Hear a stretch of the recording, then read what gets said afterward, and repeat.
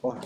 Nada, empezamos hoy la cuarta jornada de nuevos paradigmas en la innovación sociosanitaria.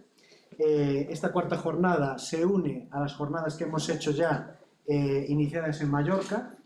El proyecto Dignidad del Lab es un proyecto coordinado con una asociación, una entidad social en Mallorca, y nosotros hemos creado durante todo este año un concepto lab.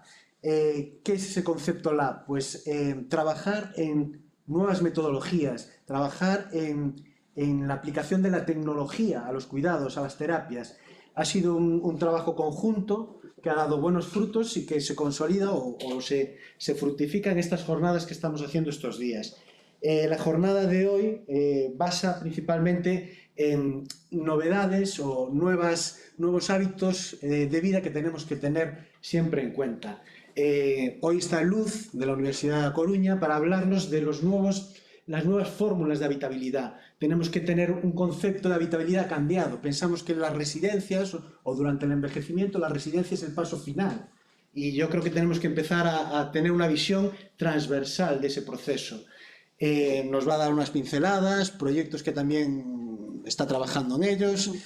Y la segunda parte de la jornada estará basada en un punto de vista de la música, el punto de vista de la música desde otra perspectiva. Sabemos que las emociones están muy influenciadas por la música, genera un impulso emocional, pero hoy Laura Navarro del IRIS, del Instituto de Investigación Sanitaria, nos va a dar otra visión también de lo que hace la música en las personas. Y empezamos la jornada. Muy bien, pues muchas gracias. Bueno, lo primero, muchas gracias por la invitación. Estoy encantada de estar aquí. Os felicito también por la iniciativa, ¿no?, de este centro con carácter experimental, ¿no?, que yo creo que es necesario en todos los ámbitos del conocimiento, investigar, experimentar, pero especialmente yo creo que ahora en este, ¿no?, en el que efectivamente tenemos que tratar de recurrir a innovaciones, a probar cosas que nos funcionen, porque bueno, los modelos que hemos tenido hasta ahora pues han tenido su función, pero bueno, parece que necesitamos hacer otra cosa, ¿no?, por muchos motivos, por los propios cambios de la sociedad también, no solamente en este caso yo voy a hablar de arquitecturas, de espacios para vivir una etapa de la vida, que es una etapa que efectivamente en algún momento se ha entendido como un final, pero hoy para nada se puede ver de esta manera, ¿no? Esto que os voy a contar, le decía a Faustino al principio, no me esperaba un público tan joven como el que está aquí. Probablemente veáis esto como algo lejano, ¿no?, porque bueno, falta un tiempo, ¿no?, para que lleguéis a poneros en situación, pero todos tenemos alrededor gente pues, que en estos momentos está en ese momento de su vida, ¿no?, en el que bueno, pues, hay una serie de cambios que que debemos de considerar y de tener en cuenta para que la vida en general, no digo solamente de estas personas, la vida de una sociedad del siglo XXI pues requiere una serie de condiciones que tenemos que considerar y poner sobre la mesa. Yo soy arquitecta y soy profesora en la Escuela de Arquitectura de A Coruña, y mi contacto más directo con este tema viene a nivel personal, pues porque ya gente a mi alrededor está en estos momentos, ¿no? Pero especialmente por este proyecto en el que tuve la ocasión de participar, tuve la ocasión de dirigir, que es un convenio que se hizo entre la Universidad y la Diputación de Lugo para diseñar, para proponer un proyecto de un edificio, un equipamiento muy específico para la gente mayor y además en el rural en Galicia, ¿no?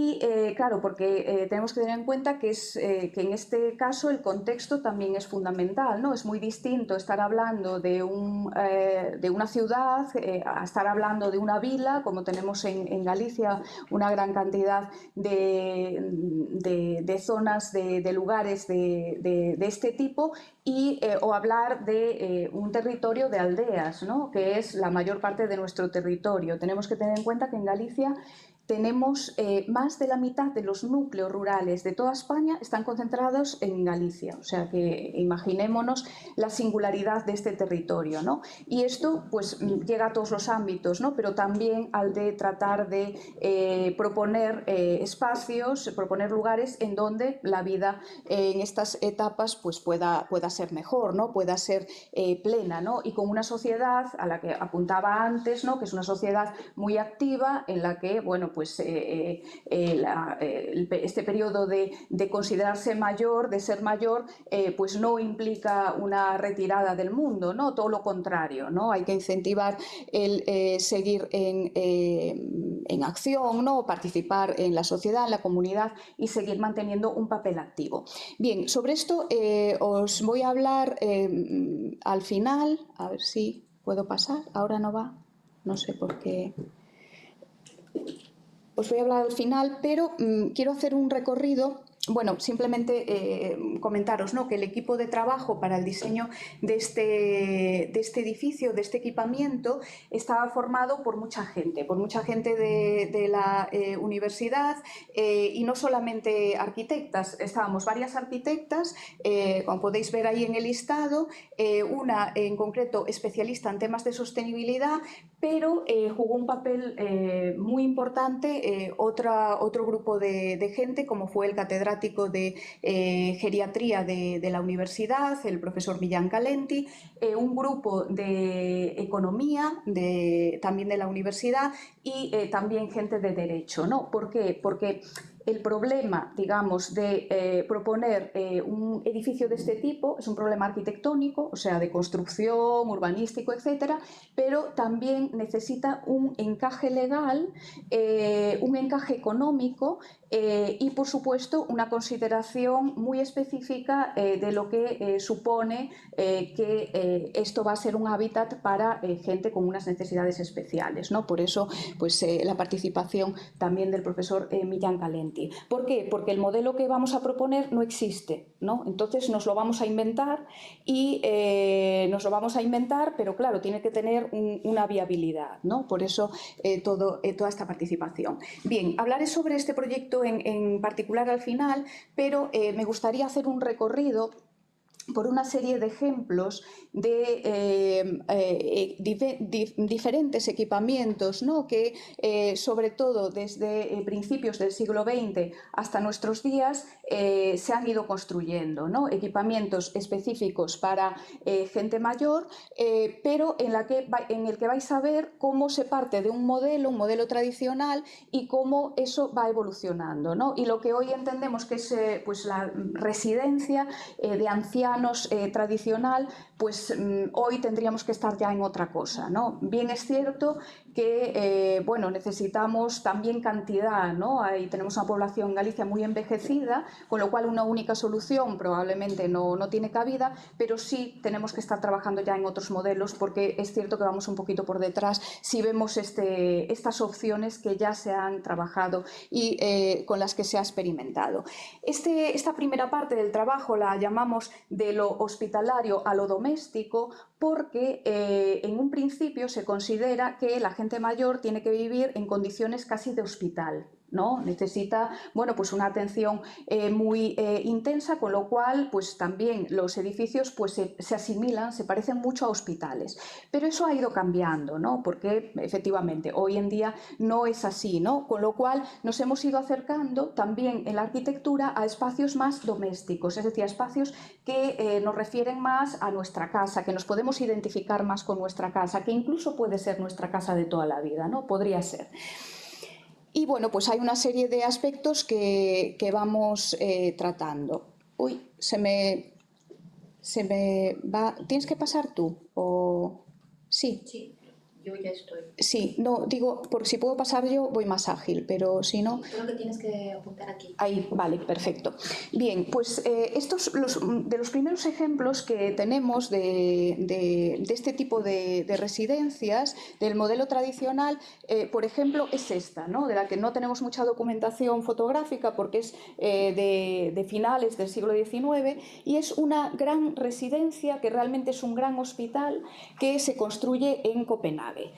Normalmente hablamos mucho de lo que se hace en los países nórdicos, ¿no? Copenhague, Suecia, porque han empezado antes que nosotros, ¿no? Han empezado antes y eso se nota hoy, porque siguen siendo pioneros, siguen siendo los referentes en los ejemplos más actuales que tenemos. En esta residencia, bueno, pues efectivamente es un hospital en donde las habitaciones son enormes, donde comparte la habitación un montón de gente y en donde los servicios que tienen pues son básicamente pues más atención sanitaria, ¿no?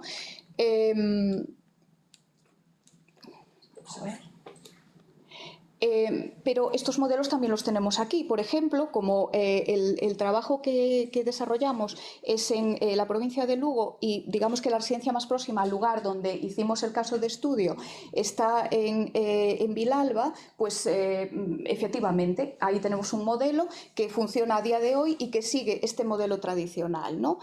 Rebuscando entre los ejemplos de residencia más tradicional, nos encontramos con algún modelo que ya apunta a innovaciones, ¿no? Por ejemplo, este edificio del año 1930 que se construye en Kassel, en Alemania, es una residencia que, siguiendo un modelo tradicional, incorpora innovaciones, por ejemplo, a nivel de construcción, ¿no? Es un edificio tremendamente moderno, donde se aplican innovaciones constructivas con acero, vidrio, etcétera, que eso implica pues, que hay una mejor iluminación, una mejor ventilación, es decir, que las condiciones de vida mejoran, ¿no? Pero además hay una estrategia es una residencia para mucha gente, pero hay una estrategia de ir haciendo grupos, ¿no? De ir haciendo como comunidades para que pues los residentes que estén ahí tengan una referencia más como de vecinos, ¿no? Como si fuesen vecindades, ¿no? Y puedas pues, relacionarte de una manera más fácil. Quizás hoy en día, cuando hablamos de residencias tradicionales, por ejemplo, pues las que está proponiendo la Xunta, se acercan bastante a este modelo, ¿no? En donde hay una serie de innovaciones, pero esas innovaciones se quedan en lo que en este caso, por ejemplo, se apuntaba ya en los años 30.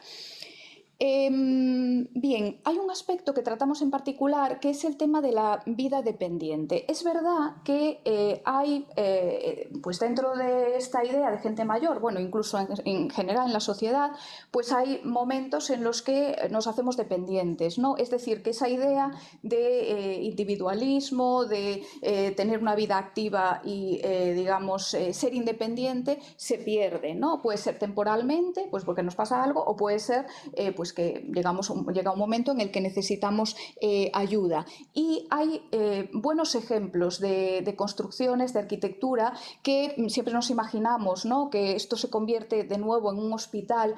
Y hay ejemplos de arquitectura como esta residencia en Portugal que incorpora, bueno, pues como veis, las habitaciones son habitaciones que incorporan una terraza bastante amplia, cada una de ellas, ¿no? Con vistas al núcleo, al pueblo que hay, ¿no? Eso es importante. Normalmente estamos acostumbrados a ver residencias que se construyen siempre fuera, ¿no? Despegadas de las afueras, ¿no? De una ciudad, de una vila. Y eso es importante, ¿no? El mantener la relación con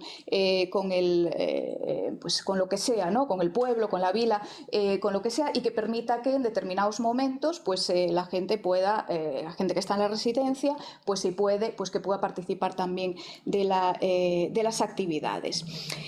Damos un salto importante porque en los años 60-70, por ejemplo, este es un ejemplo en Holanda, en Ámsterdam, le hemos llamado la superación de ese modelo, ¿no? Porque siguen siendo residencias, pero aquí ya se empieza a considerar que quizás esos aspectos más de hospital quizás tienen que ir dejando paso a que la gente pueda hacer una vida más,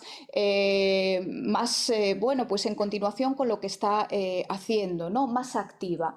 Y en este caso, por ejemplo, este arquitecto es un arquitecto muy conocido para nosotros, un referente, Herberger.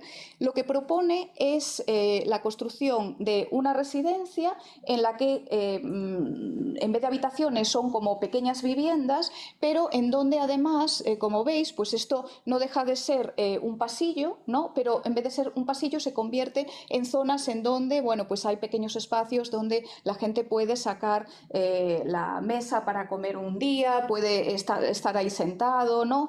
Es algo que se empieza a considerar. Incluso el que la gente pueda llevar algún mueble que ya tiene en casa, ¿no? Se va de su casa, pero hay algún mueble, alguna cosa, pues un sillón especial, se lo puede llevar, ¿no? Y se empieza a considerar eso también. Es todo este edificio, aquí veis la planta, es un edificio enorme y lo que se hace es que se entiende también como por comunidades, ¿no? Y en donde, como veis, hay un espacio aquí central que tiene un carácter casi de plaza, ¿no? Donde, bueno, pues tú vives aquí en tu casita, pero si hay una actividad, quieres ver a tus colegas, tal, sabes que si vas aquí, ¿no? Te vas a encontrar a la gente haciendo otras actividades. ¿Sí puedes pasar, por favor? Sí. Y entonces, bueno, pues de esa época, de los años 70, hay cantidad de imágenes en donde, bueno, pues se ve a la gente, ¿no? Interaccionando con esos espacios, pasamos, la gente reunida, haciendo actividades variopintas, ¿no? Jugando al billar, etcétera, y también con mucha importancia, le dan mucha importancia a los espacios exteriores, a las terrazas, ¿no? Para no sean espacios cerrados. Este mismo modelo se aplica en otros proyectos posteriormente, por ejemplo, este en Suiza, también de un arquitecto muy importante para nosotros, Peter Zumthor, en donde lo que se propone es, existe una residencia más tradicional, pero lo que proponen es la construcción de otro edificio al lado, en donde se construyen una serie de viviendas que, bueno, no son, digamos, de superficies mínimas, sino que, bueno, son viviendas bastante generosas y en donde estos espacios comunes de acceso también tienen una importancia fundamental, ¿no? Y en este caso les dicen a los usuarios que lleven sus propios muebles, ¿no? Sus propios muebles dentro de la casa no tienen tanta cabida porque es difícil a veces adaptarlos, pero aquí, como veis, bueno, pues esto se convierte en espacios en los que la gente va dejando poniendo sus cosas, ¿no? Y este es el edificio, ¿no? El entorno es magnífico, es en los Alpes, tengo que decir que es una construcción muy buena a nivel arquitectónico. Es verdad que en Suiza la construcción en general tiene muy buena calidad, también trabajan con presupuestos bastante más altos que nosotros, y es una residencia que es cara también, ¿no? O sea, acceder aquí no es fácil, no es, digamos que casi es un lujo, ¿no? El poder retirarse en este espacio. Aquí veis más imágenes de este edificio, que además es muy interesante. Si puedes pasar. Sí, perdona, es que tengo muchas imágenes. Entonces, bueno, aquí veis un poco las viviendas, os decía, ¿no? Sin entrar en consideraciones, pues son viviendas que tienen un baño, una pequeña cocina, un espacio común bastante amplio, una terraza y, bueno, pues que permiten mantener bastante, digamos, una vida, ¿no? Pues muy similar a la que podemos tener en otros momentos. Uy, perdón. Y aquí veis, bueno, pues imágenes de ese espacio que comparten, en donde pues aparecen plantas o esta idea de la que hablábamos. ¿Si puedes pasar? Uy, me he dado yo. Gracias. Esta idea de la que hablábamos, ¿no? De lo doméstico y tal, que yo creo, ¿no? Que cuando ponemos ya el mantel y desplegamos ahí la comida y esas cosas, pues ya se hace más presente. Si puedes pasar, por favor. Bien, otro modelo que también aparece en estos momentos, realmente estamos hablando de la segunda mitad del siglo XX, es decir, después de la Segunda Guerra Mundial, un cambio importante en muchos aspectos, también en la mentalidad. Y es un modelo que hemos llamado colaboración e independencia porque es el modelo que va a dar lugar al cohousing, ¿no? Cuando se habla de cohousing, yo recuerdo que hace no mucho pues salía en prensa, ¿no? Que se estaba promoviendo, ¿no? En Galicia la construcción de cohousings. Algunos de los que decían que se estaban promoviendo no eran cohousings realmente. El cohousing surge de la iniciativa de un grupo de gente que se une, ¿no? Como una cooperativa para construir, en este caso, pues unas viviendas y unas zonas comunes para poder vivir ahí, ¿no? Cuando un cohousing se construye desde arriba, es decir, que es el Estado o la Xunta o la que construye un cohousing, realmente no es un cohousing es un modelo que puede acercarse, pero no lo es, ¿no?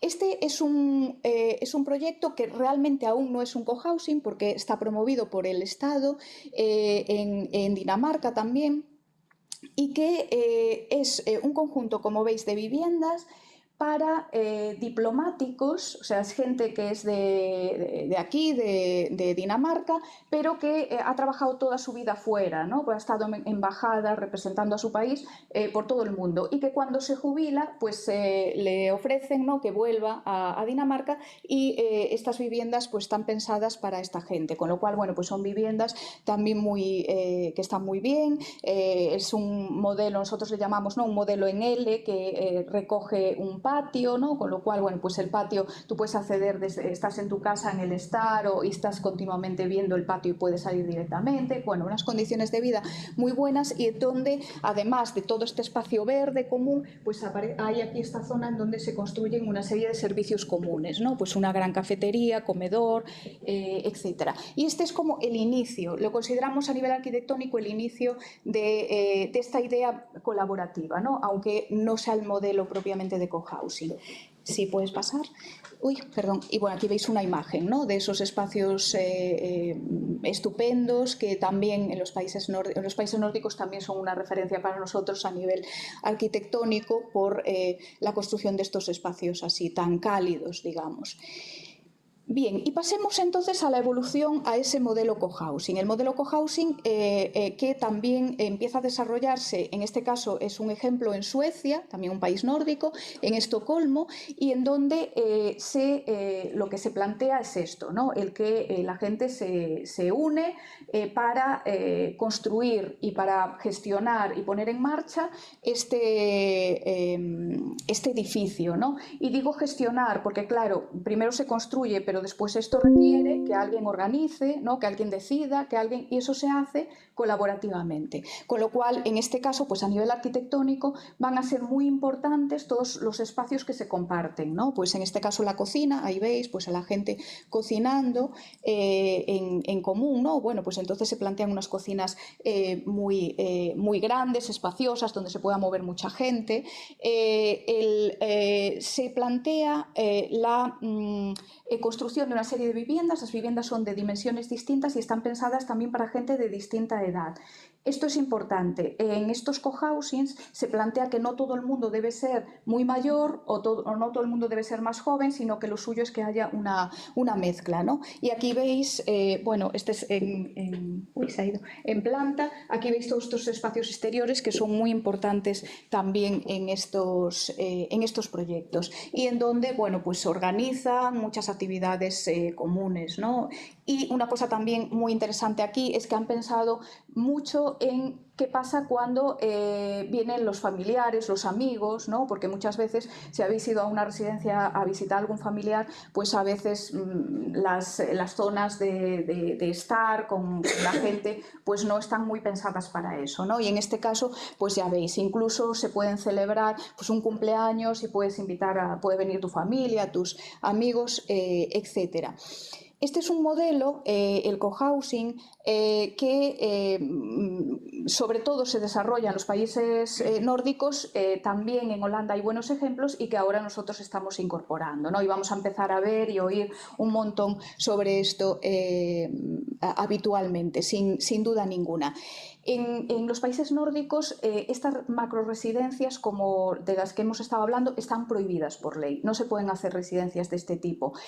Lo que están haciendo, por ejemplo, en Suecia, es rehabilitar viviendas para convertirlas en pequeñas residencias, pero pequeñas residencias del orden de, pues como para acoger 8 personas, 12 personas, ¿no? Para tener una convivencia más cercana, ¿no? Y tendremos que tender a esto, ¿no? Por eso decía que el experimentar, el innovar, tiene que ir ya por ese camino. Hay otra vertiente sobre la que hemos trabajado, que es esta idea de envejecer en casa. Es decir, ¿qué pasa si nosotros, cuando somos más jóvenes, nos construimos una casa o nos vamos a vivir a una casa, aunque sea de alquiler o compra, lo que sea, ¿no? Y queremos que esa casa se vaya adaptando un poco a nuestras necesidades, ¿no? Sin tener que irnos en un determinado momento a buscar otro lugar. Y aquí también tenemos buenos ejemplos de ello, ¿no? Bueno, como veis, a nosotros nos gusta aprender, ver lo que se ha hecho, ¿no? Para ver si sobre eso pues se pueden proponer cosas nuevas, pero sabiendo lo que ya se ha hecho, ¿no? Aprovechando el conocimiento anterior. También después de la Segunda Guerra Mundial, esta arquitecta, Alina Skrzewska, en Varsovia, propone la construcción de este barrio que se lleva a cabo, que es sabéis que Varsovia en la Segunda Guerra Mundial fue destruida totalmente, ¿no? Quedó solamente un 10% de la ciudad en pie, con lo cual cuando vamos a Varsovia lo que vemos es un centro histórico que ha sido reconstruido después de la guerra. Y en paralelo a la reconstrucción de ese centro histórico se estaban haciendo unos barrios más modernos en las afueras, ¿no? Y este es uno de esos barrios, el de Sodíc Oliborski, en el que, como veis, bueno, todos los parques, los espacios para los niños, también pensados para gente mayor, etcétera, están muy pensados, muy planificados. Es digamos que en el proyecto de base ya eso es una de las primeras cosas sobre las que se trabaja. Si puedes pasar, por favor. Es que a veces pasa, a veces no. Sí, gracias. Aquí veis, ¿no? Cómo es este barrio hoy en día, donde bueno, pues se siguen conservando, manteniendo muy bien estos parques. Había, además, cuando se fue a construir el barrio, había algunas zonas que incluso tenían huertas y árboles, y se trató de conservar todo eso sin tocarlo. Incluso se llegaron a mover edificios para no interferir con eso. Estos son los pequeños equipamientos que tienen en el barrio, que son comedores, tiendas, etcétera.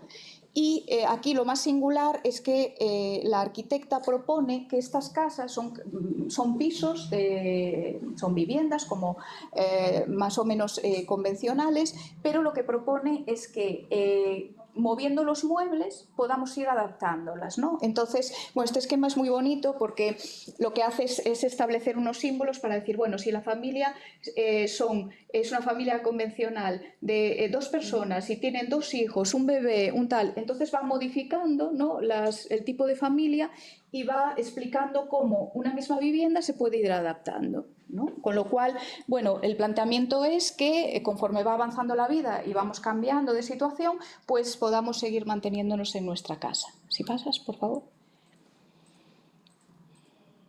Vale. Aquí vais a ver, es un vídeo muy cortito, vais a ver a la arquitecta explicando el proyecto, ¿no? Entonces se ve la maqueta del proyecto antes de construirlo y cómo ella va explicando esto, ¿no? Ahí ya son imágenes del proyecto en construcción, recién construido, está todo muy limpito, y uno de los pisos que construyeron, ¿no? Para enseñar, el primero que construyeron. Y ahí está, la veis, con los muebles, ¿no? Explicándoles a los políticos cómo esto se transforma, ¿no? Con una maquetita.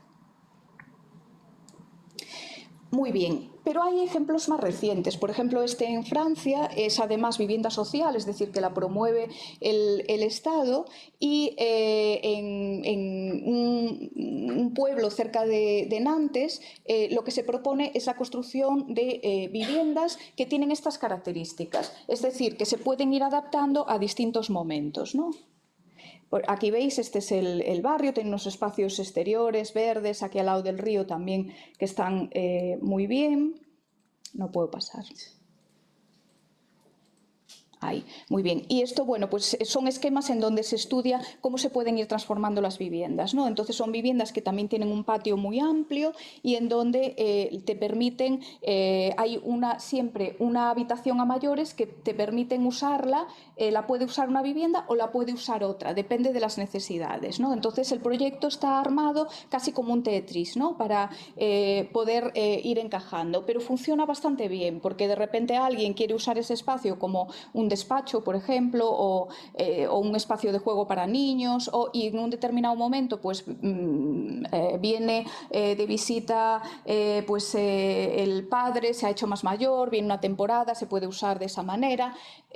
Se consideran, ¿no?, distintos aspectos en las casas. Es una construcción, en este caso, hecha con pocos medios, barata, un planteamiento también muy asequible y los alquileres son también bastante baratos, pero sin embargo, como veis, las condiciones son muy buenas a nivel arquitectónico, ¿no? En donde, bueno, pues rápidamente se llenaron de actividad y además de actividad variopinta, ¿no? Lo interesante también que eso permite que en esas viviendas, en ese barrio, viva no solamente gente joven, no solamente gente mayor, ¿no?, sino que haya ahí una interacción de distintas generaciones. Y bueno, pues para mostraros así muy brevemente lo que nosotros planteamos con este proyecto, con este convenio, nosotros le llamamos a esto casa de veciñanza. ¿Por qué? Porque lo que hicimos fue hacer un análisis e intentar entender qué es lo que había allí en este sitio, ¿no? Este sitio es un núcleo rural en el concello de Xermade. Todo el concello tiene 1.700 habitantes, o sea que os podéis imaginar que es un lugar pequeño en dimensiones, en territorio, pero también disperso pues en donde cada vez también, ¿no?, la pirámide poblacional se va engrosando por la parte de arriba, ¿no? Cada vez hay más gente mayor y aquí lo que veis en esta imagen, en realidad esta imagen ha dado mucho de sí porque es un dibujo. ¿Vale? Entonces, esto es lo que se propone construir, pero esto ya existe, ¿no? Entonces, lo que se ha hecho es una representación de lo que sería todo el conjunto. Y aquí lo que veis que está hecho es una pequeña escuela indiana, una pequeña escuela habanera, le llamamos la escuela habanera, que es una escuela que tenemos más de 300 en Galicia de este tipo, todas distintas, pero que se construye por iniciativa de los emigrantes que van a América, ¿no?, especialmente a Cuba y a Argentina, Brasil, a principios del siglo XX, y que mandan dinero, en algunos casos mandan incluso los planos, el proyecto, etcétera, para la construcción de escuelas en sus lugares de origen, ¿no?, porque no había escuelas ni maestros y pues contribuyen de manera decisiva a la alfabetización de Galicia, sin lugar a dudas, ¿no?, y al crecimiento cultural. Bien, pues en la actualidad esta escuela, que no se usa como escuela ya, la usan los vecinos. La asociación de vecinos la usa para sus actividades, ¿no? Es un espacio sociocultural y está al lado de la iglesia. Entonces nosotros lo que hicimos primero fue tratar de analizar qué espacios había aquí que se pudiesen usar, ¿no? Porque, claro, otro tema que es muy actual es que se ha construido mucho, pero hay muchos edificios que han quedado sin uso, muchos de ellos además con un valor patrimonial, ¿no?, importante, y que muchas veces no sabemos qué hacer con ellos, ¿no? Entonces lo primero que hicimos fue analizar qué edificios había, qué espacios había, para ver qué se puede utilizar. Y lo que hicimos fue proponer la rehabilitación de una casita pequeña, que esta la vais a ver ahora en algún momento, de una casita pequeña que es la casa rectoral, que ha quedado abandonada, con la construcción a mayores de la zona de viviendas, pero contando con que ese edificio, esa escuela existente, se siguiese usando también, ¿no?, como espacio sociocultural, es decir, que sumamos actividades, ¿no? No se puede construir una cosa para que nos vayamos todos a usar ese edificio y quede lo otro sin uso, ¿no? Entonces tratamos de compensar una cosa con la otra. Lo primero os quiero mostrar para que veáis la necesidad de tener que estudiar cada contexto en particular, es decir, que las soluciones, pues las nórdicas, que las tomamos muy en consideración, es muy interesante aprender de ellas, pero tenemos que tener en cuenta que nuestro territorio, incluso en relación al resto de España, es muy singular, ¿no? Aquí están pintados los núcleos rurales de todo España, ¿no? Con lo cual, fijaos cómo en Galicia y en Asturias esto se concentra muchísimo, ¿no? Es decir, que nuestra organización territorial no está formada a base de pueblos y después territorio agrícola o bosque, pero un gran territorio vacío, sino que nuestra población está muy dispersa, lo cual también complica el poder concentrar esos servicios. Si puedes pasar, por favor. Bien, aquí veis a la Asociación de Vecinos delante de su sede. Cuando hicimos este convenio con la Diputación, entre Universidad y Diputación, para hacer un modelo, ¿no? Le llamamos un prototipo que pudiese ser aplicado en otros lugares, tomamos como caso de estudio este núcleo porque es un tipo que se repite mucho, ¿no? por todo Galicia en general, y porque, bueno, yo que dirigía el proyecto, pues tenía mucha relación con esta asociación, porque, bueno, yo soy de la zona, no de ahí exactamente, pero sí de la zona. Si pasas. Y yo había hecho con ellos este proyectito, que es una cosita muy pequeña, que lo construyeron ellos y que como veis, son como si fuesen dos contenedores en la parte de atrás del edificio para que pudiesen ahí cocinar y pudiesen almacenar los enseres de cocina, porque dentro del edificio de la escuela no se podía hacer esto, porque el edificio tenía una protección patrimonial importante, ¿no? Entonces el proyecto, pues nada, es un proyectito muy pequeño, pero claro, estuvimos ahí construyéndolo, ¿no? Y mano a mano, pues durante un tiempo, y ahí pues ya establecimos una relación importante, ¿no? Y ya desde estos momentos, o sea, hace 15 años más o menos, ya empezamos a hablar, me comentaban de la opción de hacer algún equipamiento que apoyase el que ya tenían, pero para no tener que irse a una residencia, ¿no? Porque claro, la gente pues estaba haciendo mayor y se veía que iba a necesitar más asistencia. Empezamos a trabajar con la idea de hacer algo, de hacer un centro de día, una residencia, hacer un modelo en particular, etcétera. Y digamos que la oportunidad para desarrollar el proyecto pues vino cuando con el COVID pues vimos que sí, ya teníamos dudas, pero vimos que las residencias pues que no eran un modelo que podía seguir funcionando, por lo menos como única opción, ¿no? Y fue ahí cuando se hizo ese convenio. Empezamos a trabajar con ellos, por ahí veis imágenes, fue un poco difícil, por supuesto, hicimos un proceso participativo, ¿no? de tratar de entender cómo veían ellos este tema, qué es lo que querían, qué necesidades tenían, etcétera, pero claro, fue en un momento complicado, ¿no? Porque teníamos que hacer las reuniones cuando se podía, con distancia, ¿no? Pues ahí fue, ¿no? Pero bueno, refleja un momento singular que nos ha tocado vivir. Estudiamos los modelos que a nivel legal existían en esos momentos, ¿no? Que se podían, porque claro, no se puede construir un edificio así libremente, ¿no? Hay una serie de normas que hay que cumplir. Y en este caso, pues hay una serie de normas que, en nuestro caso, la Xunta se encarga de exigir, pues si son espacios para gente mayor o pues colegios, lo que sea, ¿no? Entonces, en este caso, estos son los modelos que la Xunta recogía en su legislación y ninguno de ellos se nos adaptaba a lo que intentábamos proponer, ¿no? Y entonces lo que hicimos fue sin pasas, por favor, hacer un modelo que, estudiando lo que necesitábamos, se nos ajustaba a estos tres, ¿no? Es decir, tomando algo de cada uno, en realidad cumplía las características de lo que buscábamos y que llamamos casa de veciñanza. Estudiamos en particular el lugar, este es el concello de Xermade, aquí estaría...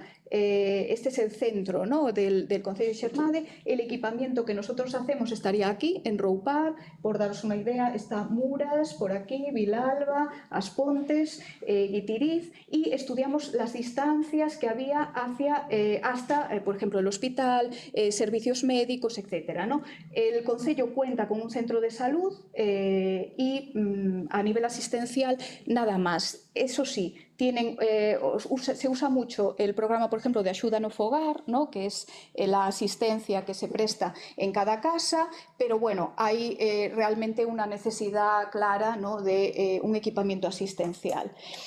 Este es el lugar en el que lo planteamos. Como os decía, esta es la escuela habanera, allí detrás está nuestro, le llamamos el quincho, ¿no? donde se cocina. Ahora también han decidido también instalar una mesa allí y comen allí, y va la gente, pide el local para organizar fiestas allí. Espera, perdona, atrás. Gracias. Y enfrente, como veis, está esta casa rectoral, que es una casa pequeñita que ha quedado en desuso, era la casa del cura, en esta parcela que es toda de la iglesia. Aquí está la iglesia. Entonces, en un principio se planteó hacer un modelo más convencional en las afueras, ¿no? Este espacio es pequeñito, pero a unos 300 metros, pero después estuvimos viendo la opción que os comentaba, ¿no? De tratar de reutilizar lo que tenemos, y ya donde aquí hay actividad, pues no hacer que esta misma gente, que es la que va aquí a un workshop, a una conferencia, pues se nos iría al otro lado, ¿no? Entonces estamos como restando a cosas que ya hay. Con lo cual, lo que planteamos es la rehabilitación de esta vivienda y utilizar aquí esta parcela para construir el equipamiento completo. Ese fue el planteamiento. Aquí veis imágenes donde está la escuela, la rectoral, y esta es una imagen desde abajo donde está la rectoral, es decir, aquí sería donde se construiría nuestro edificio. Hicimos un levantamiento gráfico, aquí veis imágenes de lo que nosotros sacamos para poder trabajar, ¿no? Para poder analizar estos espacios. Si podemos pasar. Bien, y esta es la propuesta. Aquí lo veis en planta, ¿vale? Después vamos a ver unas imágenes en donde vemos cómo aquí está la escuela, que seguimos usando, como todos sus espacios, y después en esta parte de parcela de la iglesia, aquí está la iglesia, esto digamos que en la parte de la iglesia no se actúa, esto permanece tal cual está, pero aquí lo que se hace es rehabilitar la casa rectoral con una ampliación que sería la parte asistencial, es decir, un equivalente más o menos, aunque no es igual, a un centro de día. Y toda esta parte de aquí serían viviendas, ¿no? La idea es que esta parte asistencial pudiese ser usada por la gente que está en estas viviendas, pero tiene capacidad para también acoger gente que, aunque no esté en la residencia, pues pueda dar servicio, ¿no? a esta zona. En principio lo que se planteaba era una residencia pequeñita con una ocupación máxima de 16 personas y digamos que la parte asistencial daría cabida para el doble, ¿no? Para unas 32 personas, ¿no? Que valoramos, bueno, pues con el profesor Millán Calenti y la gente del Concello, que cubriría sobradamente la demanda de este lugar. Bueno, aquí hay un horno tradicional que se rehabilita para que se pueda aquí pues, recuperar, ¿no? Para pues, cocer como una de las actividades posibles, ¿no? de este centro. Toda la parte que veis por aquí en el exterior serían huertas para uso del centro, y después toda esta zona de aquí sería zona de aparcamiento, porque esta parcela ahora se usa sobre todo para aparcar, no para otra cosa. Sería aquí ya más acotado. Se tiene que usar como campo de festa también. Estos son exigencias, peticiones que nos fueron haciendo, que fuimos sumando, y con un pequeño parque infantil que ya estaba previsto hacer ahí, y lo incorporamos también como una parte muy cerquita del equipamiento asistencial. De hecho, la terraza de la gran cocina-comedor está pegada al parque infantil, ¿no? Con la idea de que ahí, bueno, pues se esté viendo a los niños jugar, se pueda pues alguien que va acompañando a un niño pues pueda incluso ir a la cafetería, etcétera, ¿no? El tratar de mezclar esas actividades. Ahí es donde veis la imagen de cómo esto podría ser, ¿no? Todo este conjunto de actividad que sumamos ahí. A nivel constructivo, pues aplicamos, os podéis imaginar, criterios de sostenibilidad para que el edificio consuma lo menos posible, y planteamos la opción de ir construyéndolo por fases, ¿no? Porque, claro, aquí el problema al final también es conseguir financiación para ello. Y esto, bueno, son unas imágenes que recrean cómo el edificio edificio que está pensado también de una manera muy flexible, ¿no? Que las viviendas se puedan transformar, es decir, tomando nota, ¿no? De lo que hemos estudiado, de lo que hemos aprendido y cómo el edificio se va transformando a lo largo del día, ¿no? Con el uso. Pues aquí podría ser cuando empieza a salir el sol, aquí ya empieza a ponerse el sol, la gente baja, se protege, ¿no? Tal, esto por la noche, etcétera, ¿no? Es una idea, ¿no? De cómo esto podría ser. En paralelo, desarrollamos con la gente de Económicas un modelo que nos sirviese también con esta idea de flexibilidad, ¿no? Con lo cual desarrollaron un modelo que nos permite ir valorando, dependiendo del número de usuarios que tengamos, ir valorando los costes, ¿no? Y dependiendo también del número de servicio de la cantidad de servicios que tengamos. Por ejemplo, tenemos de asistencia sanitaria un médico, un enfermero, una médica enfermera, bueno, pues nos cuesta tanto, ¿no? Servicio de lecer, servicio de cocina, servicio de lavandería. Podemos ir metiéndolos o sacándolos, ¿no? Y valorando y poniendo, si tenemos pues 15 usuarios, pues los costes por usuario van a ser estos. Si tenemos 30, van a ser estos. ¿Tá? Entonces nos permite ir ajustando para valorar lo que se puede poner en marcha. A nivel legal, lo que se ha considerado es que esto se trata de un edificio público porque el Concello, cuando hicimos este proyecto, que en principio pues a lo mejor podría ir para un cajón, pero en este caso al Concello le interesó mucho, la Asociación de Vecinos, bueno, pues también tiene un papel importante ahí en el Concello, y decidieron comprar esa parte de parcela en donde hacíamos el proyecto, porque era propiedad de la Iglesia, de la diócesis de Mondoñedo Ferrol, pues la compra el Concello, pasa a ser propiedad pública y ahora estamos en el proceso de adaptar el proyecto para pedir ayudas europeas para poder construirlo. Y claro, las adaptaciones nos llevan nos facilita mucho el haber hecho un proyecto tan flexible porque nos permite ir modulando en función también de las opciones que tenemos, ¿no? Pero estamos ahí. Y a nivel legal, os decía, esto también es una singularidad, por eso también hay especialistas en estos temas que nos están ayudando, y es que tratándose de un equipamiento público, las decisiones vienen desde arriba, ¿no? Y nosotros vamos a incorporar a la asociación de vecinos como parte de esa gestión, ¿no? Y entonces, bueno, pues están barajando que si fundación, concierto social, uso de manial, etcétera, que son figuras jurídicas muy específicas. Por resumir, ¿no? El trabajo que estamos haciendo pues, trata de ser específico para este momento, trata de ser específico para una realidad geográfica que nosotros tenemos, ¿no? También muy especial, y que se apoya pues, en potenciar la vida activa, considerar también cómo vivimos nosotros, ¿no? Tenerlo en cuenta, por eso también proponemos una arquitectura flexible, sumar actividad, lo que os comentaba, no restar a lo que hay, sino tratar de entender lo que hay y sumar, interacción generacional, tratar de llevar ese carácter doméstico a esta arquitectura. A nivel de construcción, bueno, pues todos los criterios de sostenibilidad que hoy en día tenemos es imprescindible aplicar, ¿no? De reciclaje, de materiales y energías limpias, etcétera, ¿no? Considerar también la puesta en valor del patrimonio, es decir, no construir indiscriminadamente cuando tenemos ya edificios que podemos adaptar y además poner en valor, ¿no? Y preservar y potenciar los valores de comunidad, porque en este caso la comunidad ya existe, ¿no? Porque cuando vemos ejemplos de residencias y decimos, bueno, se trata de hacer comunidad, pero hay que hacerla, ¿no? Hay que empezar de cero, pero en este caso la comunidad existe aquí y existe en muchísimos lugares en Galicia. Entonces, quizás pues, consiste más en tratar de mantenerla, ¿no? Y potenciarla que en hacer propuestas que vayan en contra de ello, ¿no? A día de hoy, como os digo, digo, pues estamos en ese proceso. Lo que hay es, está el cartel colocado delante de la escuela y bueno, os decía, esta imagen nos ha dado así mucho porque se ha publicado y nos han preguntado ya muchas veces que dónde está esto, que han pasado por allí y no lo han visto, este tipo de cosas, ¿no? Que tiene ese punto realista, pero bueno, que nos gusta porque le da avisos de que algún día puede ser, ¿no? Y bueno, pues yo hasta aquí, si queréis preguntar algo, comentar algo, explicar más algo de lo que hemos visto así muy rápido, lo que queráis.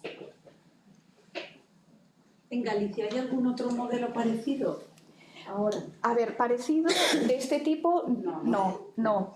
Sí es verdad que cuando empezamos a estudiar en concreto estos modelos así más alternativos y buscando aquí se valoró también hacer un cohousing porque había una asociación de vecinos muy activa y que tenía capacidad para hacerlo, ¿no?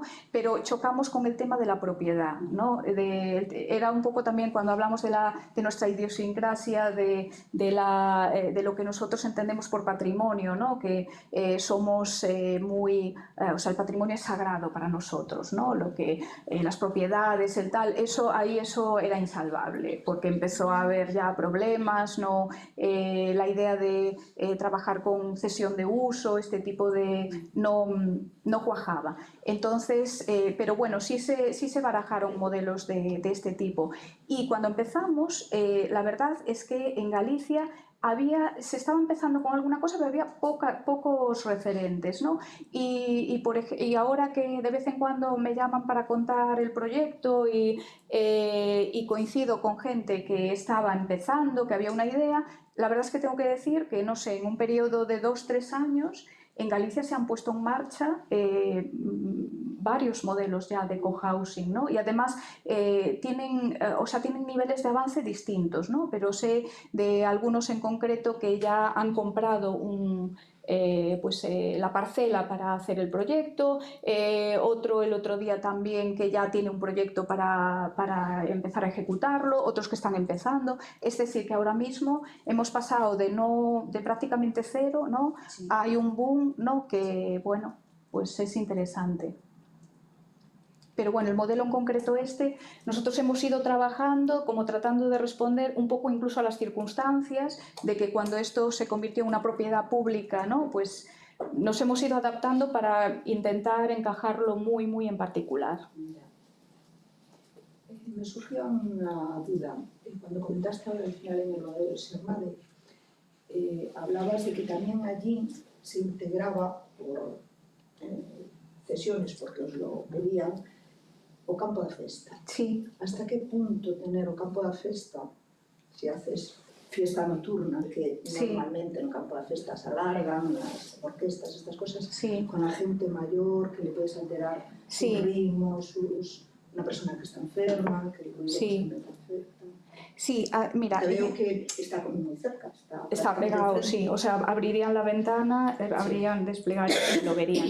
Sí, bueno, este es un modelo teórico. Es decir, que ahora, por ejemplo, lo estamos adaptando. Ahora mismo, en lo que estamos preparando, las viviendas serían una segunda fase, con lo cual, bueno, vamos como por partes, pero no está pensado para gente más dependiente. Es un modelo que está pensado para gente más activa.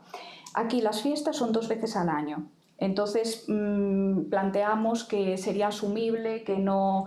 si en este modelo incorporásemos gente dependiente, quizás eso habría que revisarlo, ¿no? Pero bueno, en principio aquí lo de la fiesta se ha entendido en positivo, ¿no? Se ha entendido en positivo, que es algo que suma actividad, que se ve gente, que tal, y es 2 veces al año realmente, ¿no? Lo que pasa es que aunque no sean dependientes, sí pueden tener 80 o 90 años. Sí. Bueno, sí, una fiesta de tarde, tal, pero de las 10 en adelante a lo mejor pues no lo veo tan factible. Sí, no, igual habría que revisarlo. Creo que había como 300 metros, pues igual tampoco quedaría lejos. Llevar la fiesta allí, sí, podría ser, sí. Es una buena consideración, sí. Pues nosotros entendemos la fiesta y sí, claro, es verdad que... Pero bueno, hay que ponerse sí. en las otras situaciones. Sí, sí, que sí. si no eres dependiente, pero sí eres susceptible sí. a más temas de que te molestan ya los ruidos y bueno, y que puedes tener enfermedades puntuales también. Sí, sí, totalmente. Que uno de 40, y que a cualquiera, si nos ponen la fiesta delante de la ventana, a lo mejor a cualquier edad, ¿no? Sí, 25. Efectivamente. Mira, yo también una cosilla. Hablabas en ese histórico del relato de cómo fue evolucionando. Hablábamos que en esos primeros años también se consideraba un poco élite a veces esos modelos, esos nuevos modelos distintos. Sí. A día de hoy puede acabar en lo mismo. Es decir, hay ese temor a que al final se conviertan en espacios muy elitistas porque, claro, tiene un coste tener esos espacios tan diferentes, ¿no? Sí. Hay un estudio, se está estudiando un poco la fórmula para que sean viables. Sí, a ver, eso yo creo que es uno de los problemas que hay, ¿no? Y de hecho con los cohousing, pues que ya llevan un tiempo en España, seguro que conocéis, por ejemplo, Travensol y estos así modelos que ya llevan un tiempo. Claro, cuando se pregunta, y mira, ¿y cuánto cuesta esto? ¿No? O sea, porque claro, hay un tema de pago de poner en marcha esto, la construcción y tal, pero después mensualmente pues hay unos gastos, ¿no? que también son importantes. Entonces, ahí, claro, no son modelos baratos. No son modelos baratos. Por ejemplo, en este caso de Travensol, yo sé, lo cuentan, ¿no? que la mayor está en Madrid, está en las afueras de Madrid, y la mayor parte de la gente que está allí ha vendido, era propietaria de vivienda, ¿no? Pues de pisos en el centro de Madrid, y los ha vendido para poder ser partícipe, ¿no? de un modelo de cohousing. Es decir, se necesita dinero. Nosotros en ahí depende, claro, de los modelos que yo sé que se están poniendo en marcha. Sé que hay alguno que está buscando mucha gente para que esos gastos sean menores, ¿no? Para que los gastos comunes repartidos entre más gente, pues claro, se reducen. Otros que no, que priorizan bueno, pues tienen que ser comunidades pequeñas, ¿no? Y tal, y entonces los gastos comunes son más caros, no hay duda. Sé que hay gente, también algún modelo que está intentando para construirlo suscribir hipotecas, ¿no? Hipotecas compartidas, sé que están trabajando en eso, en hacer algún modelo de ese tipo.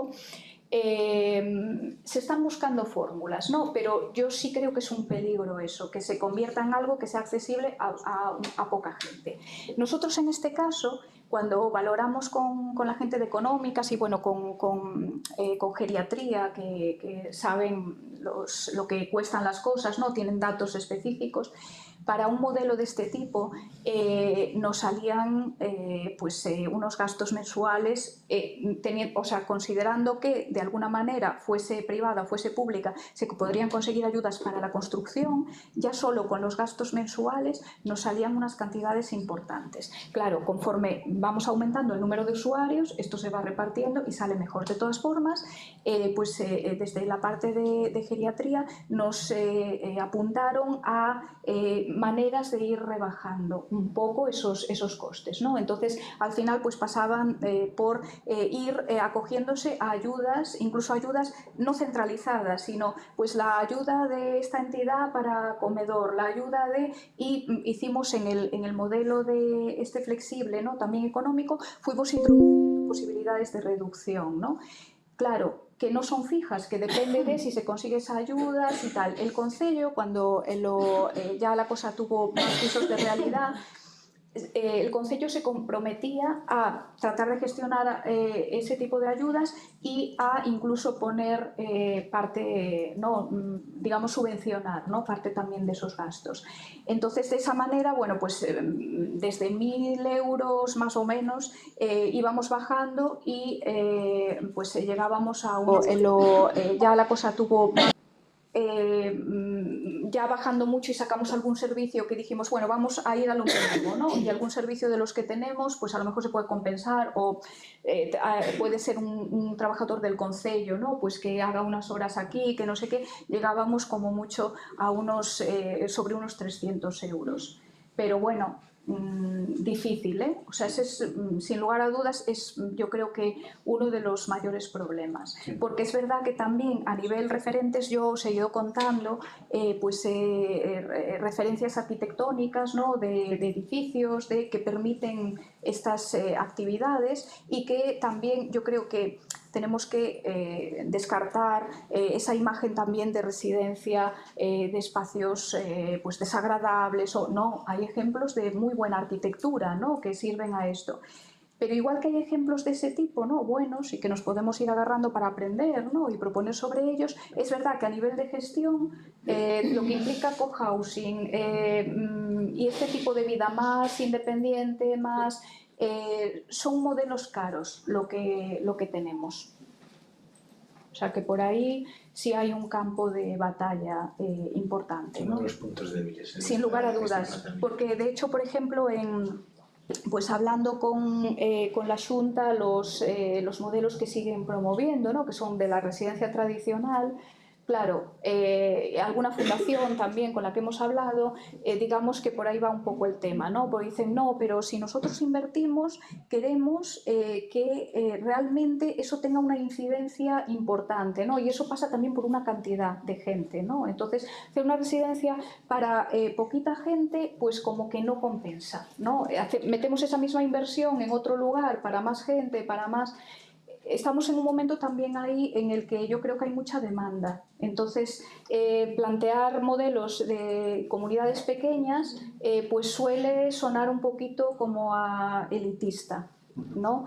Yo creo que hay que compensar, que un modelo único no nos va a servir. Yo creo que se pueden ir complementando y que, bueno, y con la expectativa también de que, yo qué sé, pues el nivel de vida en los países nórdicos es mucho más alto que el nuestro, ¿no? Ya solo comparando los sueldos básicos, entonces hay modelos que pensamos que podemos implantar aquí de manera directa y por un tema económico no puede ser. Entonces yo creo que ahí sí hay un camino a recorrer. Sí, con esto que hizo la gente de mis compañeros, ¿no? de económicas, para ellos también era nuevo esto, cuando tuvimos así varias reuniones y al principio empezaron pues lo que cuesta, lo que no, pues con un modelo, digamos, ¿no? suma-resta como hacemos nosotros en nuestras casas. Y después estuvimos dando vueltas y vueltas y vueltas para poder hacer un modelo que nos permitiese ir ajustando, ¿no? Pero claro, jugando con tratar de que al usuario o a la usuaria no le cargue tanto económicamente. Los costes son los que son, ¿no? O sea, tener servicio médico, tener servicio tiene un coste, no podemos pensar que alguien venga como una ONG, ¿no? Es lo que son. Si queremos hacer una edificación que tenga unas condiciones buenas y además de sostenibilidad, ¿no? Porque hoy podemos hacer una construcción a lo mejor más barata, pero pues que después va a tener mayores consumos, con materiales menos limpios, etcétera, pues claro, ¿no? Si queremos hacer una construcción, pues que como nos dicen, ¿no? Tiene que cumplir, hay unos parámetros, ¿no? que marcan los niveles, tiene que cumplir un nivel A, que es el máximo, ¿no? Significa que con poquito aporte de energía, pues tenemos unas condiciones muy buenas, ¿no? A lo mejor incluso con ninguno, prácticamente no necesitamos generar energía para calefacción o estas cosas, claro, pero la inversión inicial es alta. O sea, barato, no podemos estar en la liga de lo barato aquí. Entonces, claro, sí, hay que ser consciente.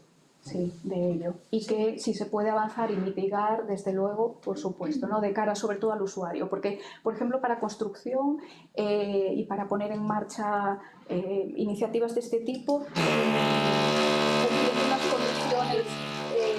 unas condiciones bastante estrictas, están saliendo ayudas, hay dinero europeo que está específicamente destinado a esto, ¿no? Lo que pasa es que es muy exigente, ¿no? Pero es verdad que después el usuario... Sí. En la misma línea, sí. me ocurre, acabas de comentar, la asistencia médica tiene un coste. Ignorante totalmente, por mi parte. A lo mejor colaboraciones, igual que habéis tenido ahora una colaboración con la Diputación, no sé, colaboraciones con el Sergas o con Montaña, pues, esa asistencia. Sí.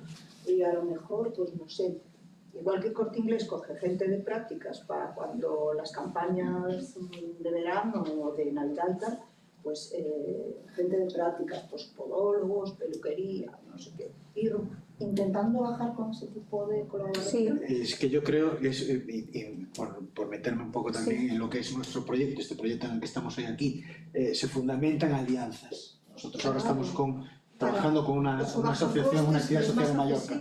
Esto es lo mismo, es decir, al final, para que estos modelos acaben funcionando, no hay, la única fórmula es que organismos públicos, entidades privadas, entidades sociales, todos tiren en la misma dirección para que esto sea viable, porque si al final... Buscar el bien común. Claro, efectivamente, al final hay que trabajar en esa línea. Es que si no, siempre se beneficia y cada vez hay más desigualdad. Está claro, sí, eso en ese modelo de ir rebajando, se estaban considerando ese tipo de cosas, justo lo que está comentando. Por ejemplo, con la parte médica, ¿no? Pues nos decía el profesor Millán Calenti que se podía hacer un convenio con el Sergas, a lo mejor... El servicio lo da igual, pero no de aquí. Sí, incluso plantearse que puede ser, hay un centro de salud, pues que a lo mejor incluso un médico pues vayan en determinados momentos, no, tampoco a lo mejor se necesita un médico en plantilla todo el tiempo, o este tipo de cosas, ¿no? Y después pues eso también, lo de los programas del ECER, pues hay una animadora sociocultural en el concello, pues que... Sí, a ver, la idea en general es un poco así, va por ahí, ¿no? Incluso con lo de plantearse lo de la reutilización del patrimonio, o sea, de cambiar un poco la mentalidad de hacer todo como desde cero, desde nuestra parcelita, ¿no? Y aquí resolvemos todo, ¿no? Y no, porque no es posible. O sea, es posible, pero con un aporte económico enorme y se pierden oportunidades, ¿no? Por ejemplo, en lo arquitectónico, claramente, si tenemos un patrimonio que muchas veces nos quejamos, que a veces se dice, es que tenemos un patrimonio excesivo, sobra patrimonio. Bueno, pero reutilicémoslo, a lo mejor no todo, pero sí que tiene potencialidad, ¿no? Y sirve a un nuevo uso, tiene una segunda vida y a la vez eso sí que es sostenible, ¿no? Y que es una pena a veces que ese edificio abandonado, además precioso estéticamente, y después se levanta ahí una cosa que da pena. Sí. Sí, yo tengo una pregunta. Sí. Este modelo Xermade y otros que están surgiendo por Galicia, ¿está pensado para usuarios y usuarias de ese mismo concello o concellos de alrededor o cualquier persona de Galicia podría...? Este está pensado para gente del concello. Sí. Exclusivamente. Sí. Ahora mismo, por ejemplo, en el concello de Xermade no hay un centro de día, ¿no? Pero se supone que hay un servicio centro de día que consiste en acuerdos con otros centros de día de otros concellos y entonces tienen unas plazas reservadas para el concello de Xermade porque no tiene, ¿no? Entonces, ahí los problemas son los desplazamientos, bueno, de hecho... por lo que tengo entendido a día de hoy, creo que no hay un solo usuario en Xermade que vaya a centro de día, a pesar de que hay esas plazas, ¿no? Entonces, este está pensado prioritariamente para la gente del concello. El caso con el que trabajamos... ahí también, bueno, hubo en su momento, ¿no? cierta controversia que se solucionó compensando un poco de otra manera, que era también la ubicación, ¿no? Porque este está situado en una parroquia hacia el norte, ¿no? Y está limítrofe con Muras, que es otro concello que tampoco tiene servicios de este tipo. Y entonces, bueno, hubo así alguna queja de por qué no en el centro, ¿no? De donde está el centro de Xermade, es realmente una aldea a la que se han ido sumando un colegio, un cuartel, o sea, están todos los servicios ahí, ¿no? Y está el centro de salud. ¿Por qué no hay? Bueno, pues cuando se planteó en este lugar fue básicamente por la iniciativa de la gente que allí estaba, ¿no? Y a partir de eso, bueno, pues fue la cosa tomando forma allí. Y entonces en algún momento se planteó si podría dar servicio también a Muras, ¿no? Y ¿qué pasa? Que ahora, con las adaptaciones que estamos haciendo, estamos viendo que va a tender a ser más pequeño. Entonces vamos a tener que reducir plazas. Entonces lo que se ha hablado es que prioritariamente es para el concello. Si sobrasen plazas y tal, pues entonces se puede abrir. Pero lo están haciendo con convenios, no es algo libre totalmente, ¿no? Donde alguien pueda solicitar, me quiero ir a este sitio, o no están funcionando así. Entonces entiendo que este también será prioritario y si hay acuerdos con concellos limítrofes. Qué pena. Porque Habrá hay candidatos. que se queden sin esta oportunidad. Isa os dirá también, lo vivimos en el día a día, el aprovechamiento que sería la utilización de servicios en distintos concellos, en vez de que cada concello quiere tener su parcelita de cosas, cuando un servicio común, pues, sobre todo en el rural, con las dificultades que tiene el rural, pues facilitar un poco eso, ¿no? Se está refiriendo, me parece un punto importante. Bueno, me encanta el proyecto porque, aunque yo creo que ya lo comenté contigo, Sí. hay un recurso que la Consellería no tiene homologado, pero sí se está haciendo en toda Galicia, y la Federación Gallega los tiene en las 15 asociaciones, que llamamos centros terapéuticos, que es entre la parte social y el centro de día. Tenemos mucha gente hoy valorada en grado 1, que tiene que ser independiente y se le está dando ayuda no fogar, donde realmente ese recurso pensamos que no es el más adecuado, sino que esa gente lo que hay es que está diagnosticada o con deterioro cognitivo, con un grado 1 es independiente, hoy con un geolocalizador pueden hacer vida normal. Entonces, esta gente lo que sí es que hay que atenderle y que no se aísle, porque hay un diagnóstico, ¿vale? Ahí es donde estamos ahora trabajando la mayoría de las asociaciones. Nosotros también, y tuvimos un problema también en un par de concellos que dicen, no, aquí tienes que estar empadronado, y aquí también, este recurso puede estar en todos los concellos, ralentizaría muchísimo, estaría en el camino de una desinstitucionalización, que es a donde tenemos que llegar, porque la gente donde quiere vivir es en su casa el máximo tiempo posible, con calidad de vida. Sí. Eso es la línea que tenemos que llegar, porque ahora los cohousing, esto es... Pero hay que pensar que la longevidad aquí en Galicia, ya lo hemos visto, somos los segundos después de... Y como eso es, la longevidad lleva fragilidad, lleva dependencia. Por lo tanto, creemos, y creo toda la Federación, y en eso trabajamos con la Consellería, en que hay que trabajar en prevención, más que nunca, ese diagnóstico precoz, porque ahora, posiblemente para el año que viene, la Agencia Europea de Medicamento apruebe una medicación, lo que va a ayudar más a ralentizar, y ahí es donde estamos fallando, porque no tenemos la gente sin diagnosticar. ¿Vale? Entonces, todo ese campo, lo que tiene de bueno que creo que ya te lo comenté, Sí. yo aquí le pongo un centro terapéutico, Sí. con distintos niveles, en grupos, trabajando cada uno, o sea, cada grupo homogéneamente, cognitivamente homogéneo.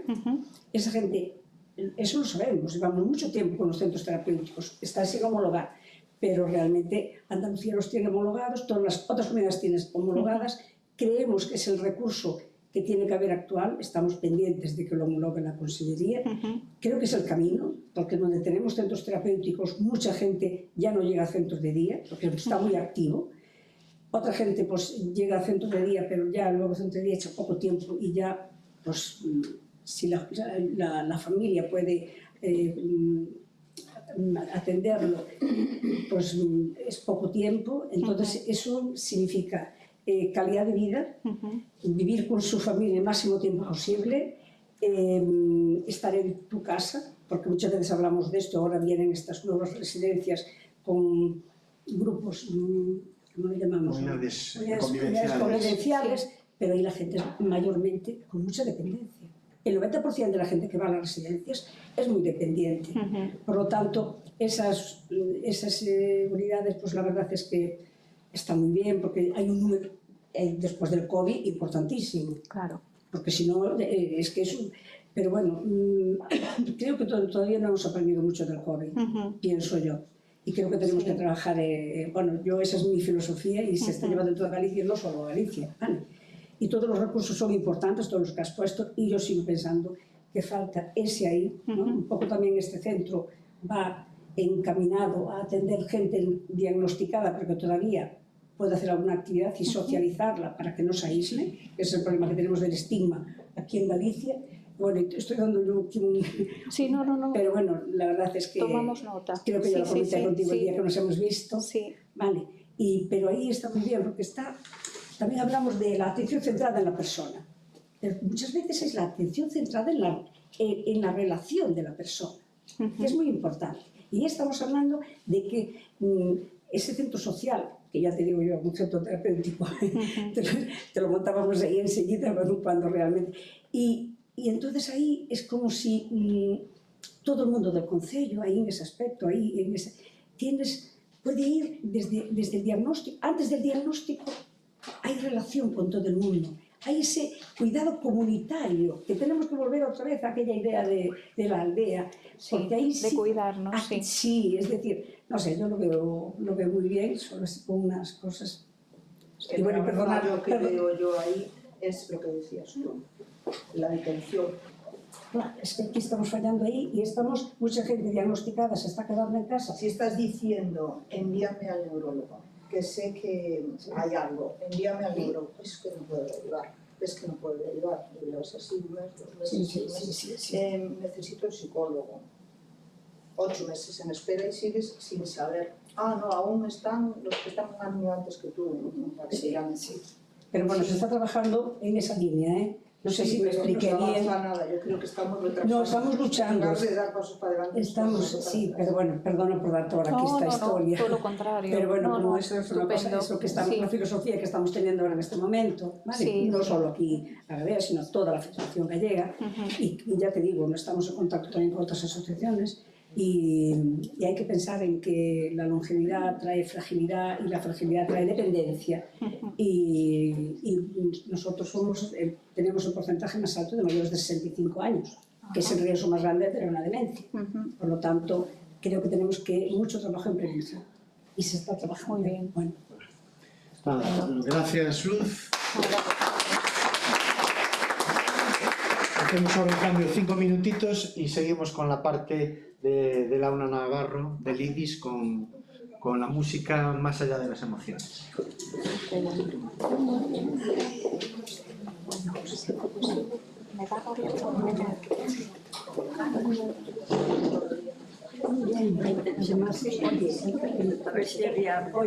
me encantó.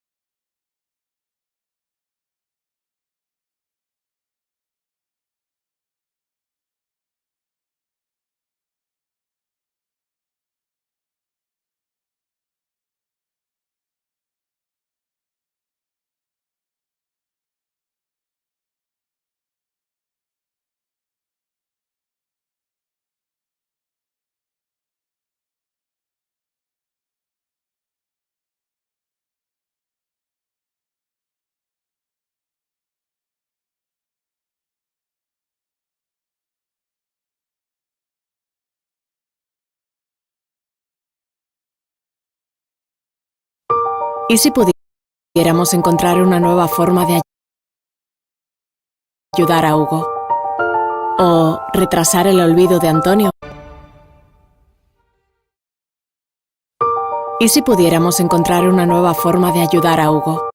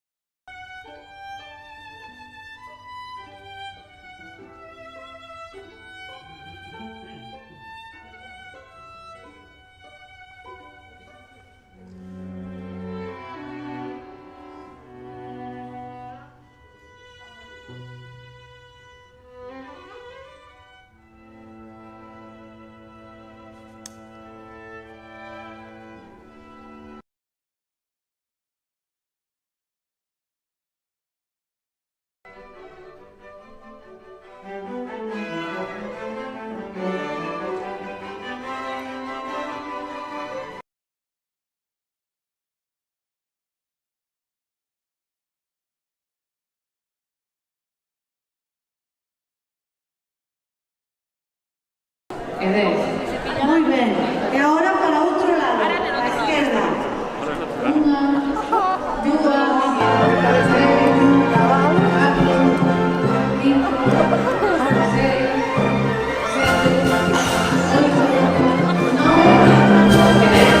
ahora subimos otra vez para arriba. Con muy cuidadito desenroscamos.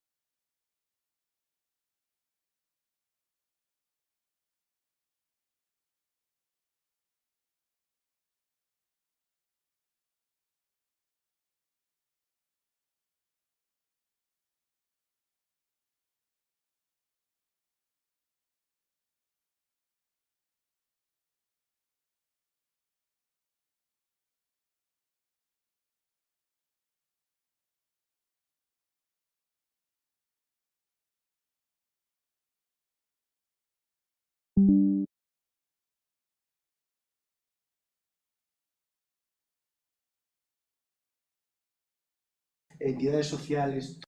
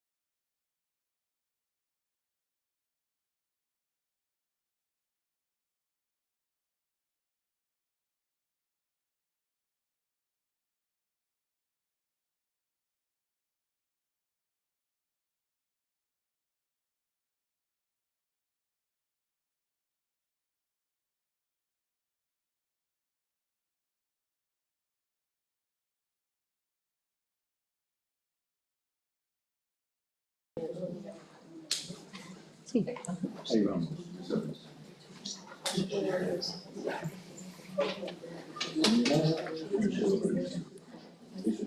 Empiezo.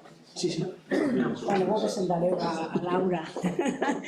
Bueno, Laura vai falar o efecto da música, xa sabemos que que é importante, pero ela vai nos dar a parte científica. Temos a sorte de levarse a un par de anos traballando aquí con ele, vamos a seguir facendo proxectos e eu agradezo moitísimo que este aquí con nós, porque sempre que a chamamos contamos con ela, ¿vale? Gracias.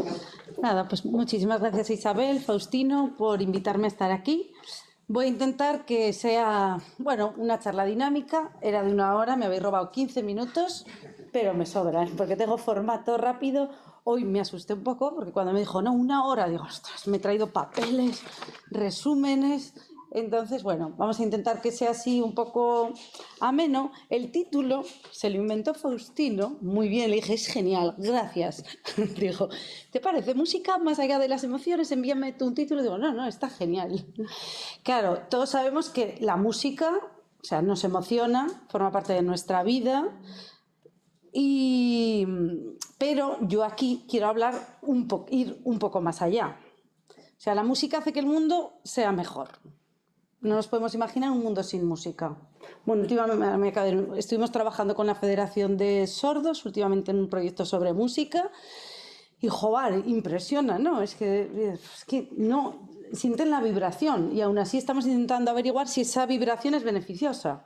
Pero claro, escuchar, porque era sordera profunda, vinieron al concierto, la Real Filarmonía, primera fila, dijeron, es que no oíamos nada. O sea, fue una pasada, ¿no? Entonces, nosotros que tenemos la suerte de escuchar,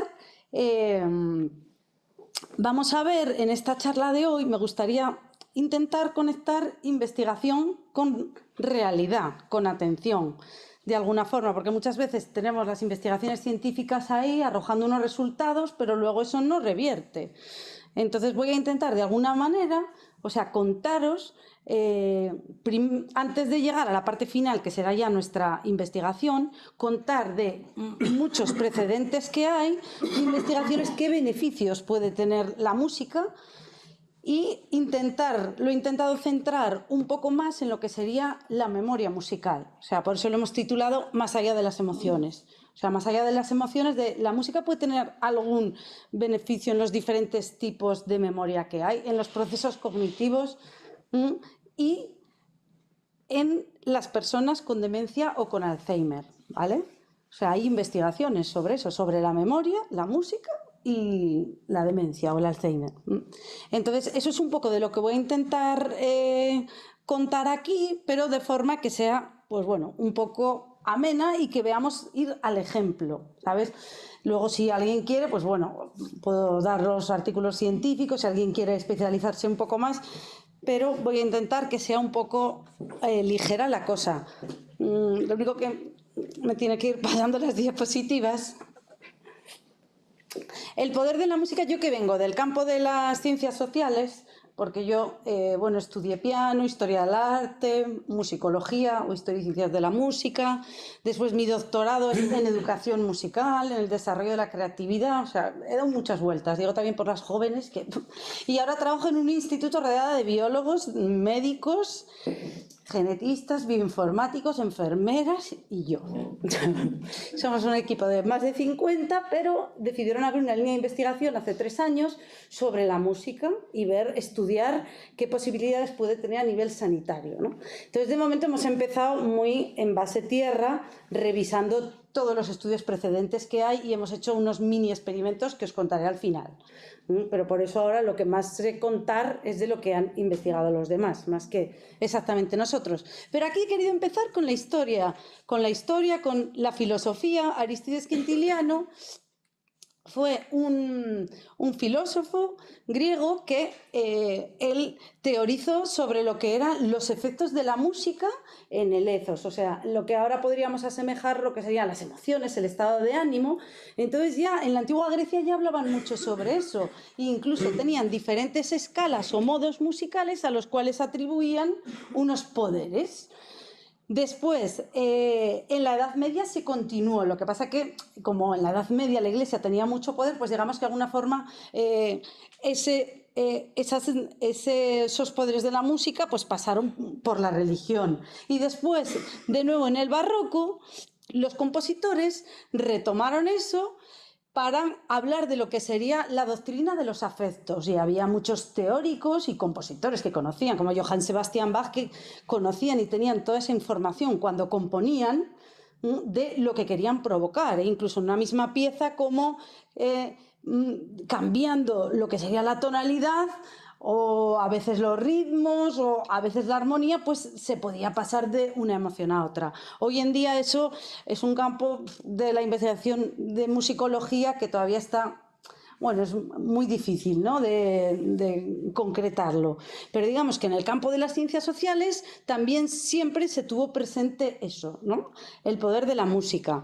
Pero yendo a la ciencia, vemos que, bueno, desde hace muchos años, más, bueno, sí, podríamos decir sobre todo desde hace 50 años, ya somos más viejos, hay investigaciones muy potentes que intentan ir a las bases biológicas de la musicalidad. O sea, ¿hay algo en nuestra biología que hace que la música nos emocione de esa manera, nos impacte de esa forma? Tenemos muchos estudios, hay algunos que se centran incluso a niveles médicos, o sea, cómo la música puede ser una terapia, puede ser una medicina. Haciendo una revisión de estos estudios, intentando hacer lo que sería una revisión, sería como una especie de resumen exhaustivo de lo que había hasta entonces, pues publicamos un artículo intentando presentar lo que sería nuestra nueva línea de investigación, que la llamamos sensogenómica, después os lo contaré.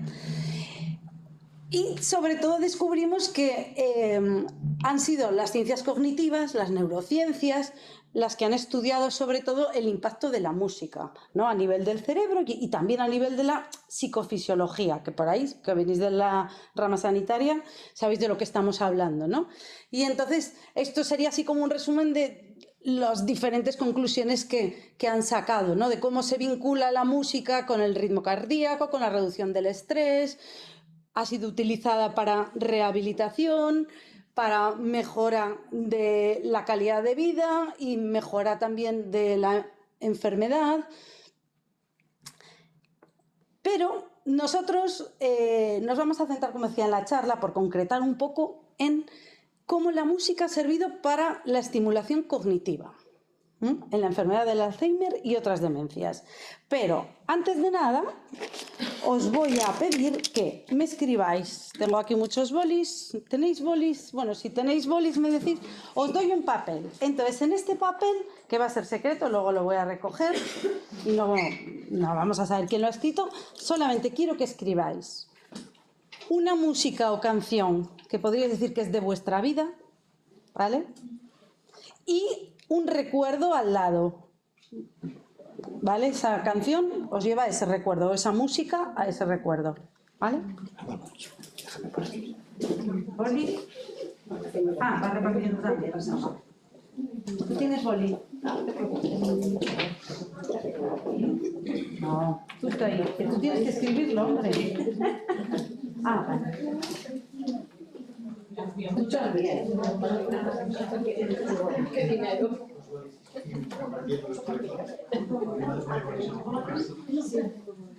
Puede ser una música, tiene que ser canción. O cualquier música. Sí, una y un recuerdo. Que te evoque. Escuchas esa música. Que no tenemos mucho rato. A ver. Recuerdo, ya lo dije. No quedan papeles. Podemos partirlos. Partimos el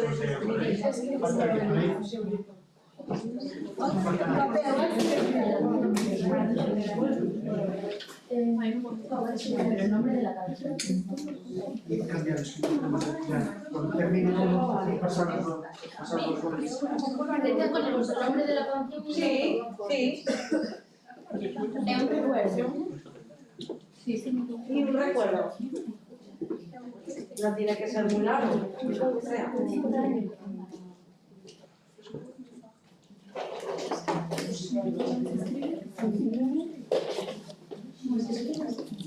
Tú que dices de la música, vamos a tener que ayudar. ¿Por qué en este momento no me sale? La típica está en el concierto de La marchada de esquí. Es como si alguien tenía que preguntar.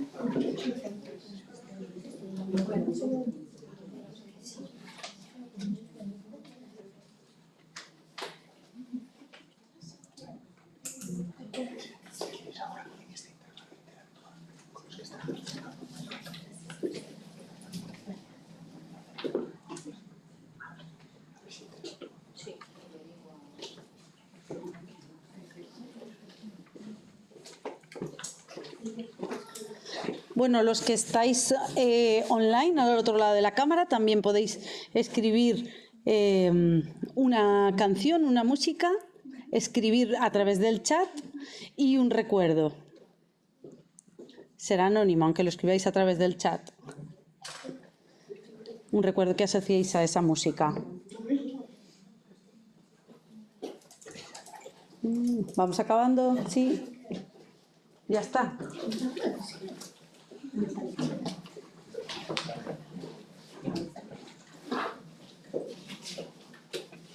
Dármelo abierto. Ya está, ya está.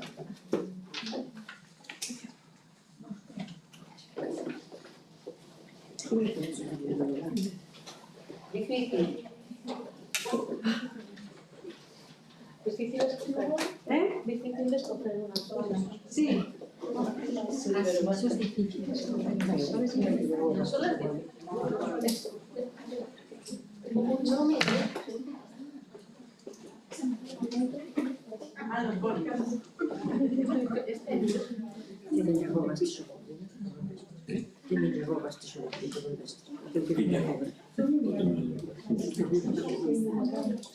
Sí, porque si no te quedas con él.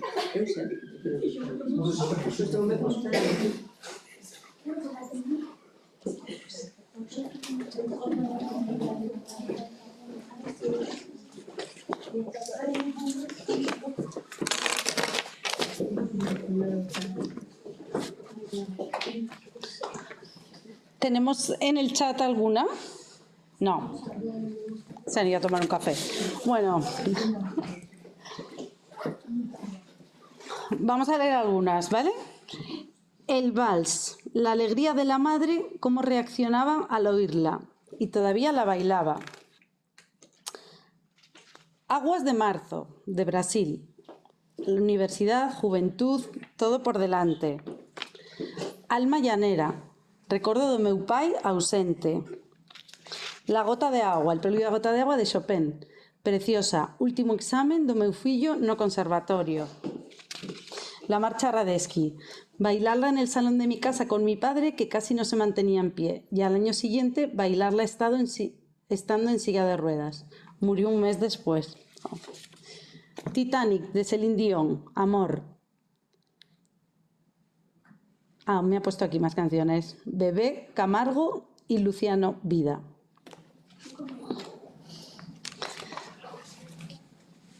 Cantar dos mariñeiros de Musía. Recórdame a miña prima aos inicios do meu folclore, a Antía e as actuacións con Nimbus xunto cos meus mellores amigos. Tu jardín con encantos, de Melendi. Me recuerda una noche lluviosa con mi pareja en la que arreglamos muchas cosas. Promesa, momentos con mi madre. La vida sigue igual, porque aunque fuera el tiempo y avanzamos, a la vez volvemos al punto de partida. Diamonds de Rihanna, se dice, Rihanna. Me recuerda a las fiestas de verano. Stars Full of Sky Leaf, de Coldplay. Me recuerda a mi tío. Lollipop, de Darrell, en el coche con mi novio. Ya sabemos cuáles son las de mayores, las de más jóvenes. Gasolina, de Daddy Yankee. De fiesta bailando. Coco Loco, el coche con mi hermano. El mambo, de fiesta con mis amigas. Cheque al portamor, cuando vou no coche coas amigas. Perfect, de Ed Sheeran, me recuerda a la boda de mi primo. Estrella de mil colores. Bueno, no voy a leer todas, pero me las quedo, ¿vale? Si os da igual. No dudaría, de Antonio Flores. La cantaba con mi tío Juan en los karaokes. Bueno, solo el ejercicio de tener que de tener que buscar, o sea, una canción de tu vida y asociarla a un recuerdo, ahí estamos activando un tipo de memoria musical, que es la memoria autobiográfica. La memoria autobiográfica no solo es musical, pero sí que está reconocida como un tipo de memoria musical, donde están todas esas canciones que nos han impactado y que han formado parte de las canciones de nuestra vida. Desde el punto de vista de, pasa si quieres, de la sociología de la música, hay algunos estudios que dicen que cuando, bueno, estás en una edad como estarían ellas, ahora sería igual de los 14 a los 16, antes podría ser de los 18 a los 20, o sea, esa edad en la que empiezas a descubrir el mundo, a descubrirte a ti en el mundo, a descubrir el amor, a pensar qué quieres ser, que allí esas canciones te van a acompañar toda la vida, porque son momentos en los que cualquier cosa hace huella en ti, ¿no? Eso lo dice la sociología de la música, pero volvemos a la investigación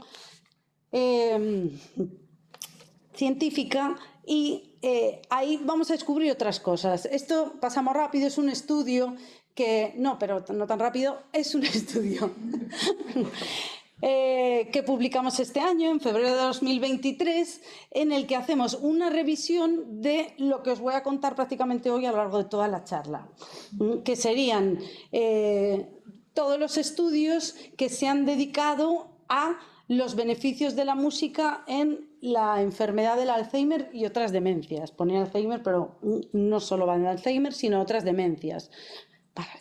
Entonces, os voy a intentar resumir cuáles serían las evidencias para convenceros de por qué la música es un estímulo muy potente que debería estar presente en las vidas de esas personas que tienen un deterioro cognitivo. Yo creo que en todas, pero nos vamos a centrar en esas. Entonces vamos a ver qué evidencias nos dan los estudios científicos y que incluso que podemos aplicar a nuestra vida, aunque el tema de la aplicabilidad ya es otro terreno. La música evoca rápidamente la memoria autobiográfica, o sea, es algo muy rápido, no hay que estar, o sea, ponemos una canción o piensas en una canción y ya aparecen los recuerdos. Por eso se habla de memoria espontánea, por eso se habla de memorias involuntarias, porque es sin querer, es que aunque no quieras, también pasa a veces con los olores, ¿no? Es que aunque no quieras es súper rápido, es que es inmediato. Entonces, por eso es un estímulo potente, solamente por la rapidez. Pero, además, hay investigaciones que dicen que refuerza el sentido de la identidad. Si tú escuchas esas canciones que formaron parte de tu vida, ¿no? Porque recuerdas lo que eres, lo que fuiste y cuál es tu pasado, ¿no? Hay muchos estudios sobre ello y, además, esos estudios afirman que la música recupera recuerdos más específicos que otro tipo de herramientas, porque que mueve mayor contenido emocional, la emoción es una herramienta súper útil y que impacta en el estado de ánimo. Y además necesita lo que hablamos de espontáneo, tal, necesita poco control ejecutivo, ¿no? A nivel cognitivo, no necesita demasiado esfuerzo para que la música nos aflore los recuerdos. Sí, dale, vamos a ver, este es un documental, yo creo que lo habréis visto mucha gente, una película documental que es muy famoso, se llama A Life Inside. What was life like when you were a little girl? Vamos a ver el principio. Oh God, I've forgotten so much. I've forgotten so much. I'm very sorry. No, it's okay. What have you forgotten? I've forgotten what I used to do after I became a young lady. I've forgotten so much. I can't remember. I've been here 90 years. And if I could remember, I would tell you, but I can't remember. I want to try an experiment. What? I want you to try and let the music take you back into your memories, to travel back into time. And then we'll stop and you can tell me where it took you. You ready?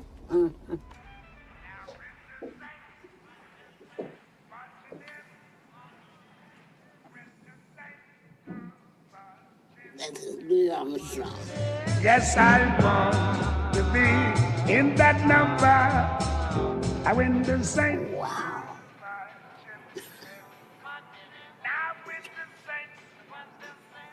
Oh, he's singing when the saints go by, marching by. And it takes me back to my school days. I would like to hit the number. Mama told us not to go listen to him. We would sneak off at night, bring back pictures from the dance. And I worked in Kings County 9 years. He lived in Kings County. My birthday, November 20th, 19, I was in the wartime. I was working in Fort Jackson. And my son, on February the 4th, was 69. I didn't know I could talk so well. Pasa al minuto 3. This is Dan Cohen. Está en YouTube. A deep part of being human. Súper bonito. How often does anybody have a chance to affect the lives of a million or more people? I'm hoping people are ready to come along on this journey. Here you go. You hold this.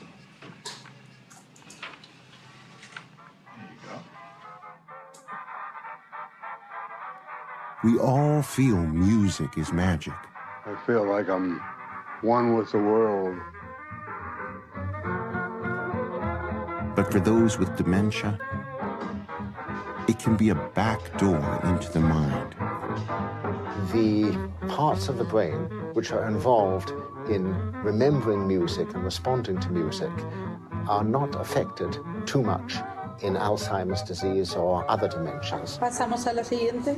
Part of the reason why musical memories are so Nos strong quedamos con has esa something idea to que do acabo with de the way decir. music enters our brains in the first place. Hay partes del cerebro que están relacionadas con la memoria y que digamos son preservadas, ¿vale? En los estudios aparecen como son una isla. Entonces, vamos a ver, por ejemplo, este estudio es muy curioso, hay muchísimos, pero por poner algún ejemplo, sí, sigue Sofía. Cogen en el estudio este de Jacobs en 2015, cogen y analizan cómo reaccionan 32 personas sanas al estímulo musical. Pero cogen 3 tipos de música diferentes. Primero, estudian cómo reaccionan a una música familiar, que ya conocían. Otro día, a una música que acababan de escuchar hacía una hora. Y finalmente, a una música totalmente desconocida. Entonces, los resultados es que esas personas, que eran personas sanas, querían ver qué regiones del cerebro aparecen estimuladas, ¿no? Cuando escuchan la música familiar en contraste a las otras dos, a la que acaban de escuchar hace una hora y a la que desconocían. Digamos que así se estaría un poco reconociendo lo que sería la memoria musical a largo plazo. En esas regiones se identificaría, y entonces se identifican algunas regiones cerebrales, que no os voy a dar a chapa, y después hacen un estudio de biomarcadores y también una resonancia magnética funcional de personas con Alzheimer. Y descubren que las personas con Alzheimer, justo en esas áreas cerebrales que se había identificado la memoria musical a largo plazo, no tienen una atrofia. Sí, en otras muchas, pero en esas aparecen preservadas. Y además hay una alteración mínima de lo que sería el metabolismo de la glucosa en comparación con el resto de áreas.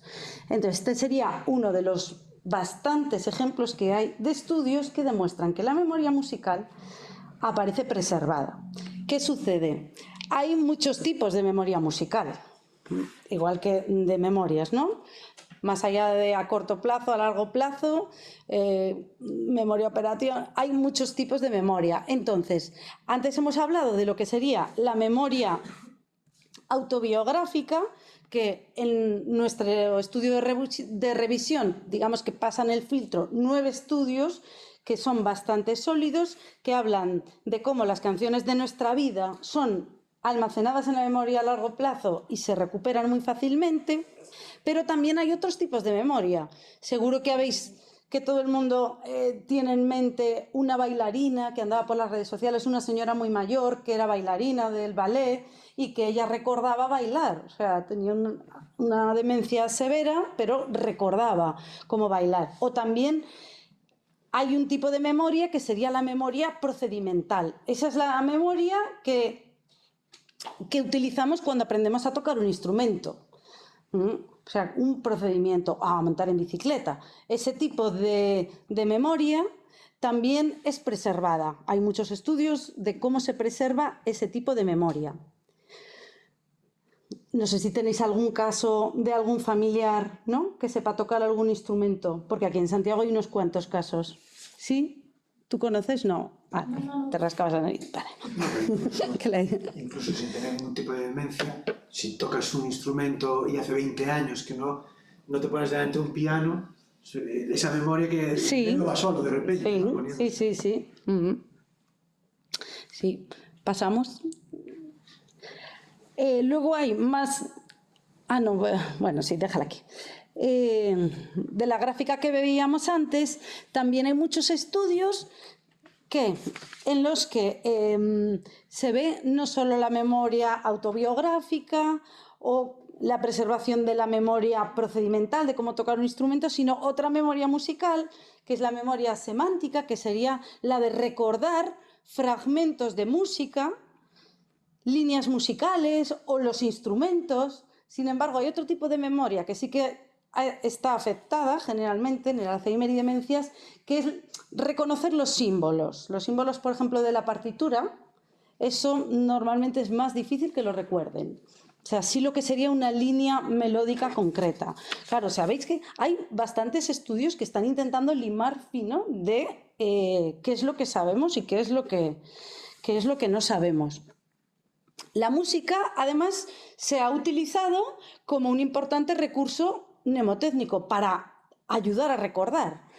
Hay algunas investigaciones en las que simplemente se pone la música de fondo y a la persona pues se le hace una serie de preguntas para ver qué recuerdos tiene. Entonces, solo el hecho de tener una música de fondo que desconocida por esa persona hace que recuerde mejor. O sea, hay ejercicios que vosotros conoceréis mejor que yo de presentar unas palabras, unos dibujos, después tienes que recordar eso que has visto poco tiempo después, pues si hay una música de fondo, la música ayuda para recordarlo. También hay otros estudios en los que se ve como la música, claro, como reduce la ansiedad, y potencia esa memoria autobiográfica, pues tiene una capacidad muy, muy importante, ¿no?, de ser un estímulo. Por ejemplo, hay otras investigaciones en las que se proponen unas palabras nuevas para recordar y si utilizan canciones, pues esas palabras se recuerdan más fácilmente, con enfermos con demencia, pero yo creo que con cualquier persona. Yo ayer fui a Canto y Pandereta y si me dicen que diga la letra de esa canción no tengo ni idea, pero si la canto y la toco sale sola.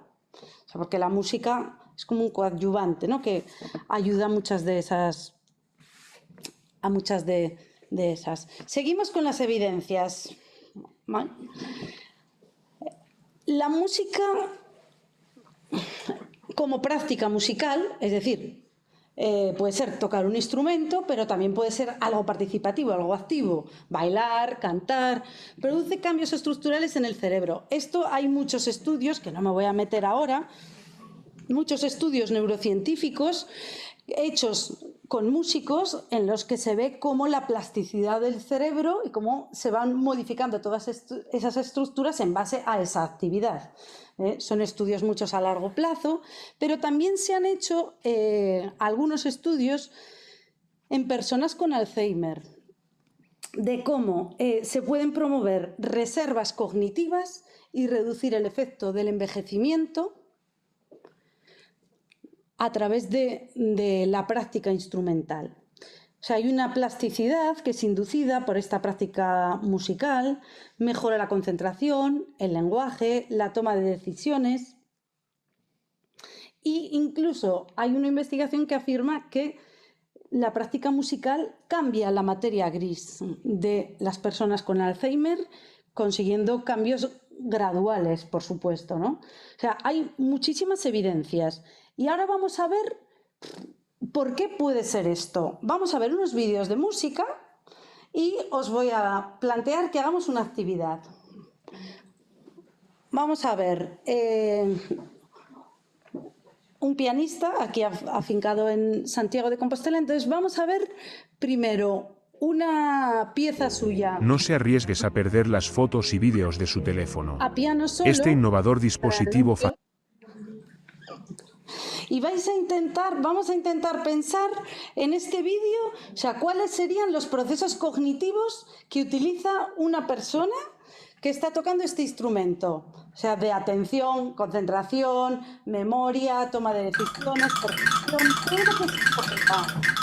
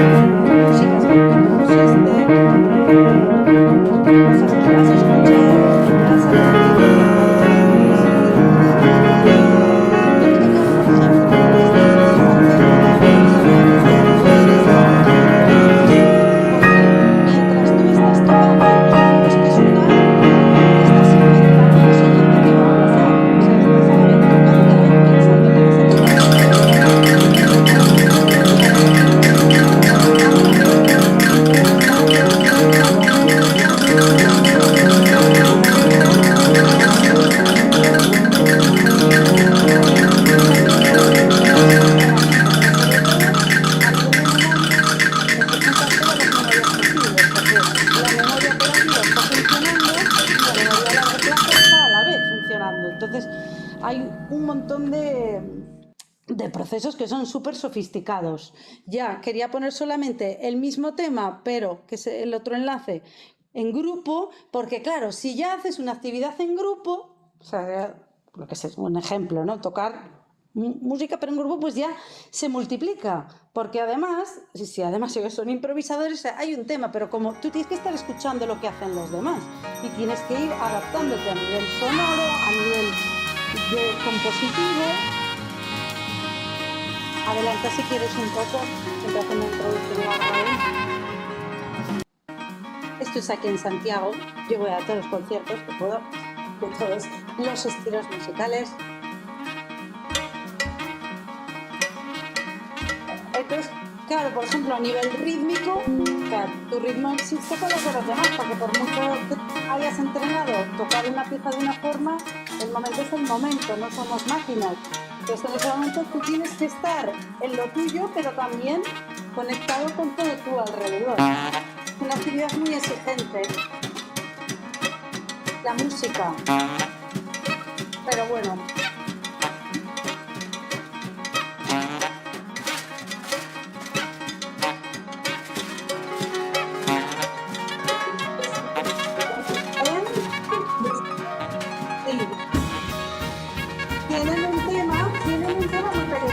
De África, que es un ritmo, y sobre ahí crean. De hecho, por ejemplo, con el saxofonista, para este concierto habían ensayado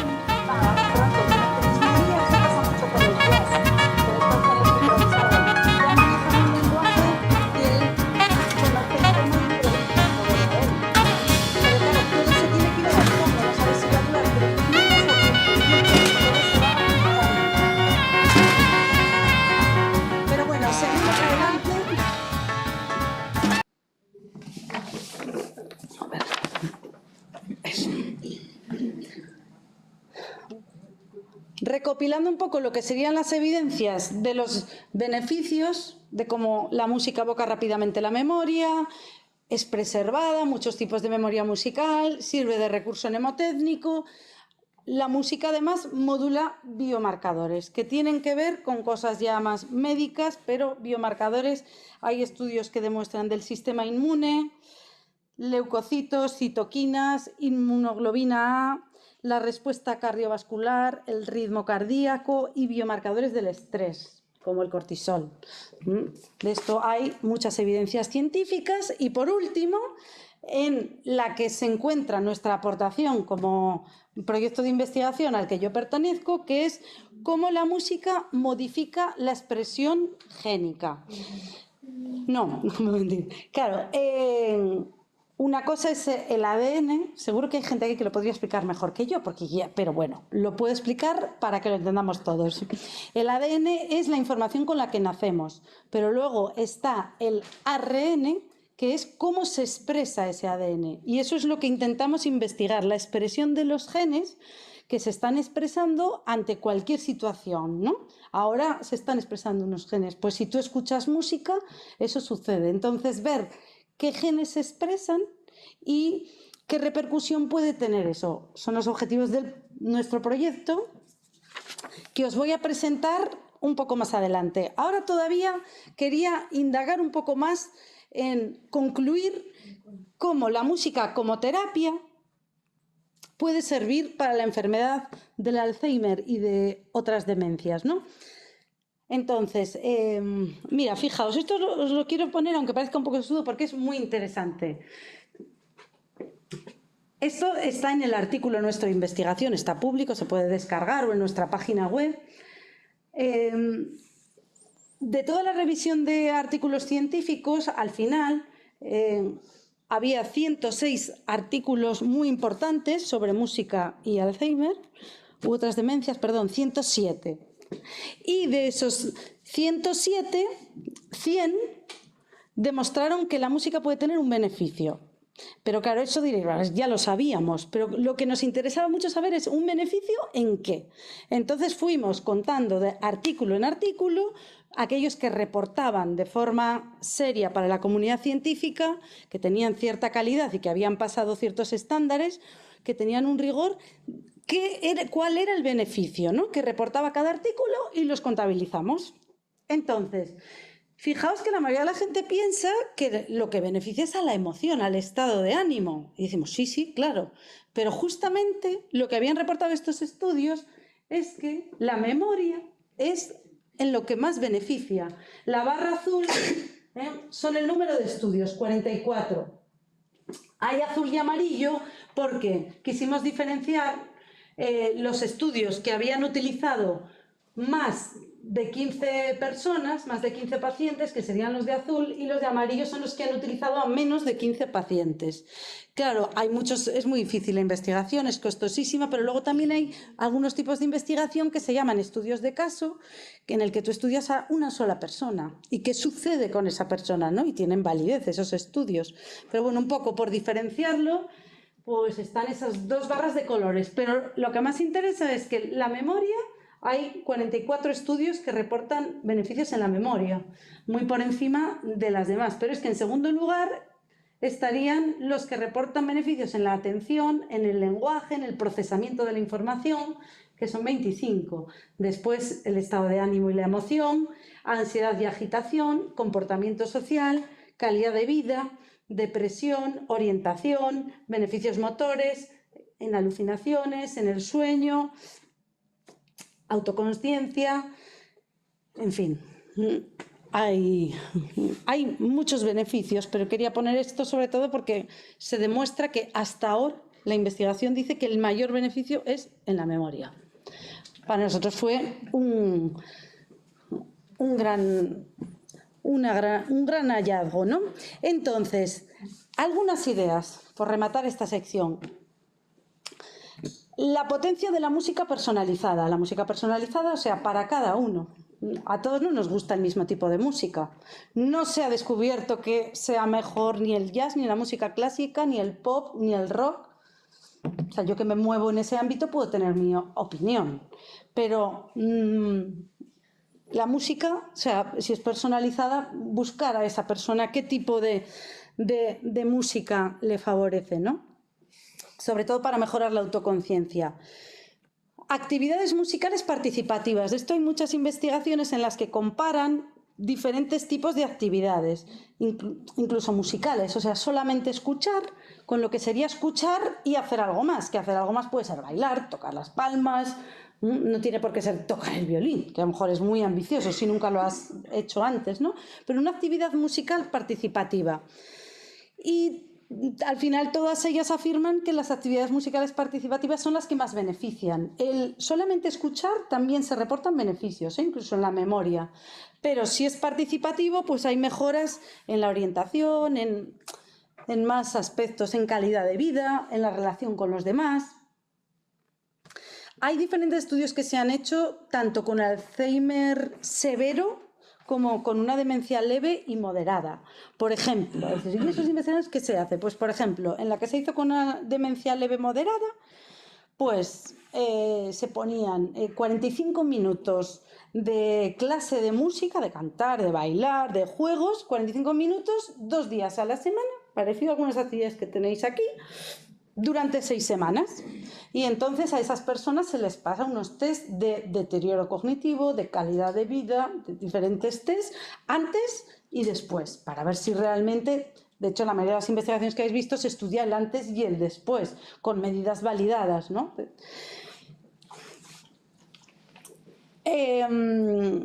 Coro de voces, pon esta foto, no avances, ¿eh? Esto es para que veáis qué poco nos hacemos a veces valer a nosotros mismos. Nos hay gente de Mallorca y online. El coro Les Veus de las voces de la memoria, el único coro formado por personas con Alzheimer actúa en Valencia. El único coro. Aquí no hay uno, aquí hay 2. O sea, en Agadea no había uno, en Fagal, o sea, es que los medios de comunicación... Fueron a Got Talent. Este coro fue a Got Talent. Sí. Eu vi un coro de señores maiores que tiñan Alzheimer, que eu creo que foron de Valencia. Pues ese es increíble, increíble, ¿eh? El que estuvo en la gala de Fagal, ese coro, ¿qué coro era? ¿Cómo se llamaban? Es una actividad que hay en una asociación donde también ellos construyen los instrumentos. Sí. y los tocan y cantan. Si no tiene el nombre, ¿ves? Ya es una actividad, no, es un coro. Sí, pero es una actividad. O sea, se están haciendo cosas y estáis haciendo cosas súper valiosas que estáis a la última de los resultados y tenéis que darle el valor. También un complemento de esa actividad que también se está haciendo, ahora están yendo a los colegios y con niños de infantil primero, hacen ellos también los instrumentos y los tocan conjuntamente. Claro. Y ya eso a nivel emocional no te puedes Es increíble, claro. Sí. Pues es que ahora iba a poner la siguiente, otra experiencia que es en Estados Unidos y que se creen la panacea porque han creado un coro de voces con personas con demencia y jóvenes. Y entonces, como, ¡guau! ¡Qué innovación! ¿Sabes? Pero bueno, a nivel social ha sido súper importante el hecho de que, ¿sabes?, haya otra población que no sean ellos mismos. Hay muchas investigaciones sobre el poder de cantar y también el coro, ¿no? Pero el poder de cantar comparado con otras actividades. Por ejemplo, hay una que compara solo escuchar música con cantar. Entonces, como conclusión, ambas mejoran el estado de ánimo, la orientación y la memoria episódica remota. Pero cantar mejora también la memoria de trabajo, la memoria a corto plazo. Es esa memoria en la que te acaban de decir la letra de una canción y la tienes que retener unos segundos para acordarte y cantarla ahora, ¿no? Entonces, claro, al final, cuanto más compleja es la actividad, pues más enriquecedora es. Sí, este sería del... 56 years. Bueno, estos tienen un imperio. Isabel and Michael have been together for over half a century. Pero bueno, que están promocionándolo por todos los sitios, se llaman eso, voces en movimiento. Isabel grew up in Cape Breton, raised on a small family farm. Her childhood educators inspired her Ponlo en el minuto 11. to become a teacher. They were all kind and good people, you can more or less pick what you want to do. Claro, es que el coro es también una actividad que socialmente es muy enriquecedora, porque... For Michael and Isabel, they live with the fact that Isabel's symptoms are only going to get worse over time. It's never going to end. But they have decided not to dwell on this fact. Instead, este they will sing proyecto tiene together. también unos They will laugh investigadores together. detrás. O sea, tiene unos investigadores detrás y entonces la conclusión principal que han sacado es que cantar en un coro frena el deterioro cognitivo, ¿vale? Eso lo han demostrado, llevan muchos años con coros y sobre todo que al reducir las comorbilidades que van asociadas, como la ansiedad, la depresión, la agitación, pues hay una ganancia cognitiva. Bien, ahora voy a presentaros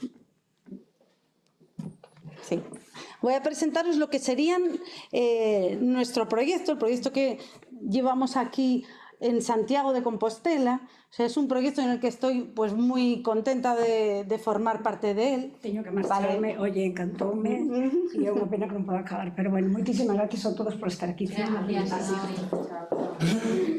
Y sobre todo porque es algo totalmente innovador, pionero, es la primera vez que se...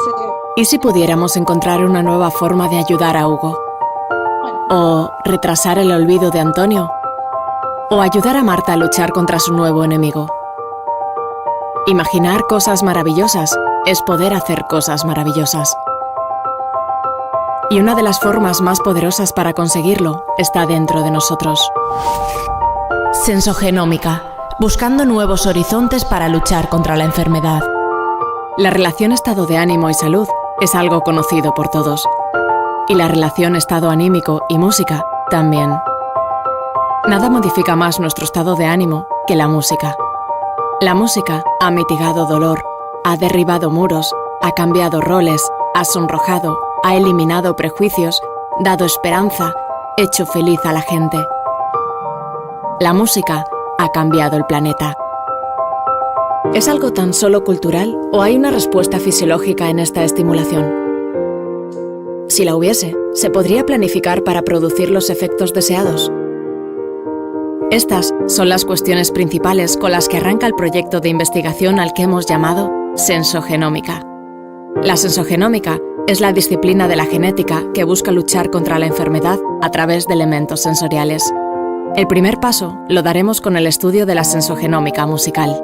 Observaremos cómo se comportan nuestros genes ante el estímulo de la música y obtendremos información que nos ayudará a mitigar y controlar el dolor en algunas enfermedades o retrasar el deterioro cognitivo en otras. Para ello, estamos llevando a cabo una investigación que tendrá su punto álgido en el concierto Sensogenoma 22. Un concierto de la Real Filarmonía de Galicia, donde se recogerán las muestras biológicas de más de 1000 asistentes. Con estos datos, extraeremos conclusiones sobre qué genes se estimulan, cuánto y qué patologías podrían ayudar a paliar. Entendiendo la base genética de la respuesta anímica, se podría planificar y prescribir el estímulo musical en la lucha contra la enfermedad. Un proyecto impulsado por el Instituto de Investigación Sanitaria de Santiago de Compostela. IDIS.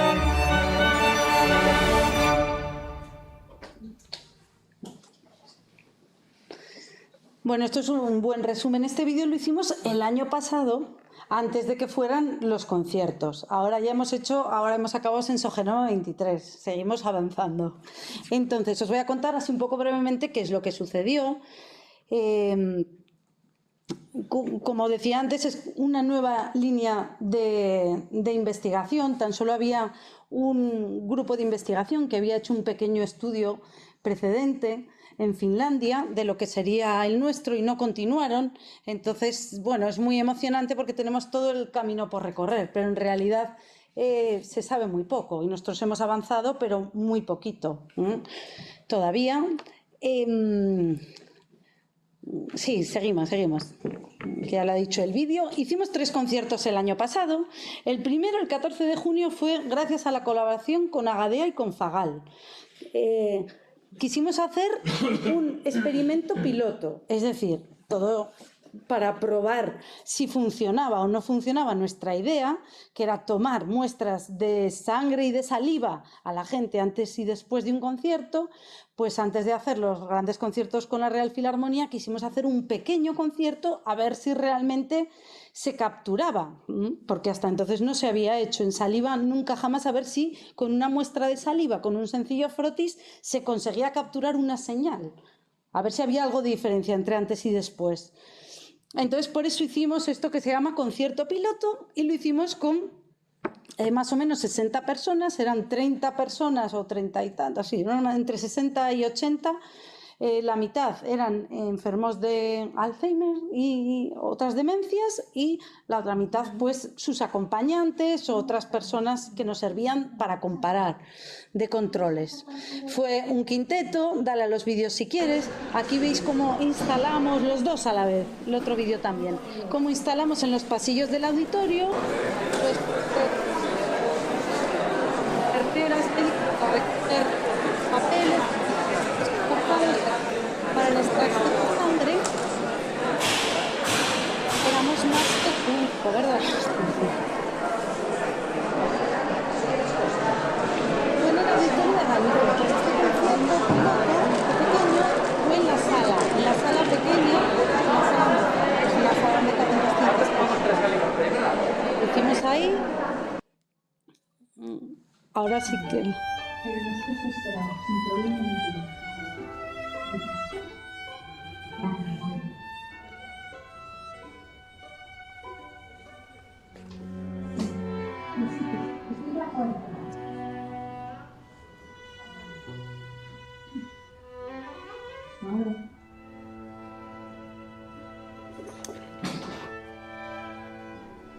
Pasa si quieres al siguiente. Hubo momentos súper emocionantes. Esto es un proyecto que tiene también un componente social, humano.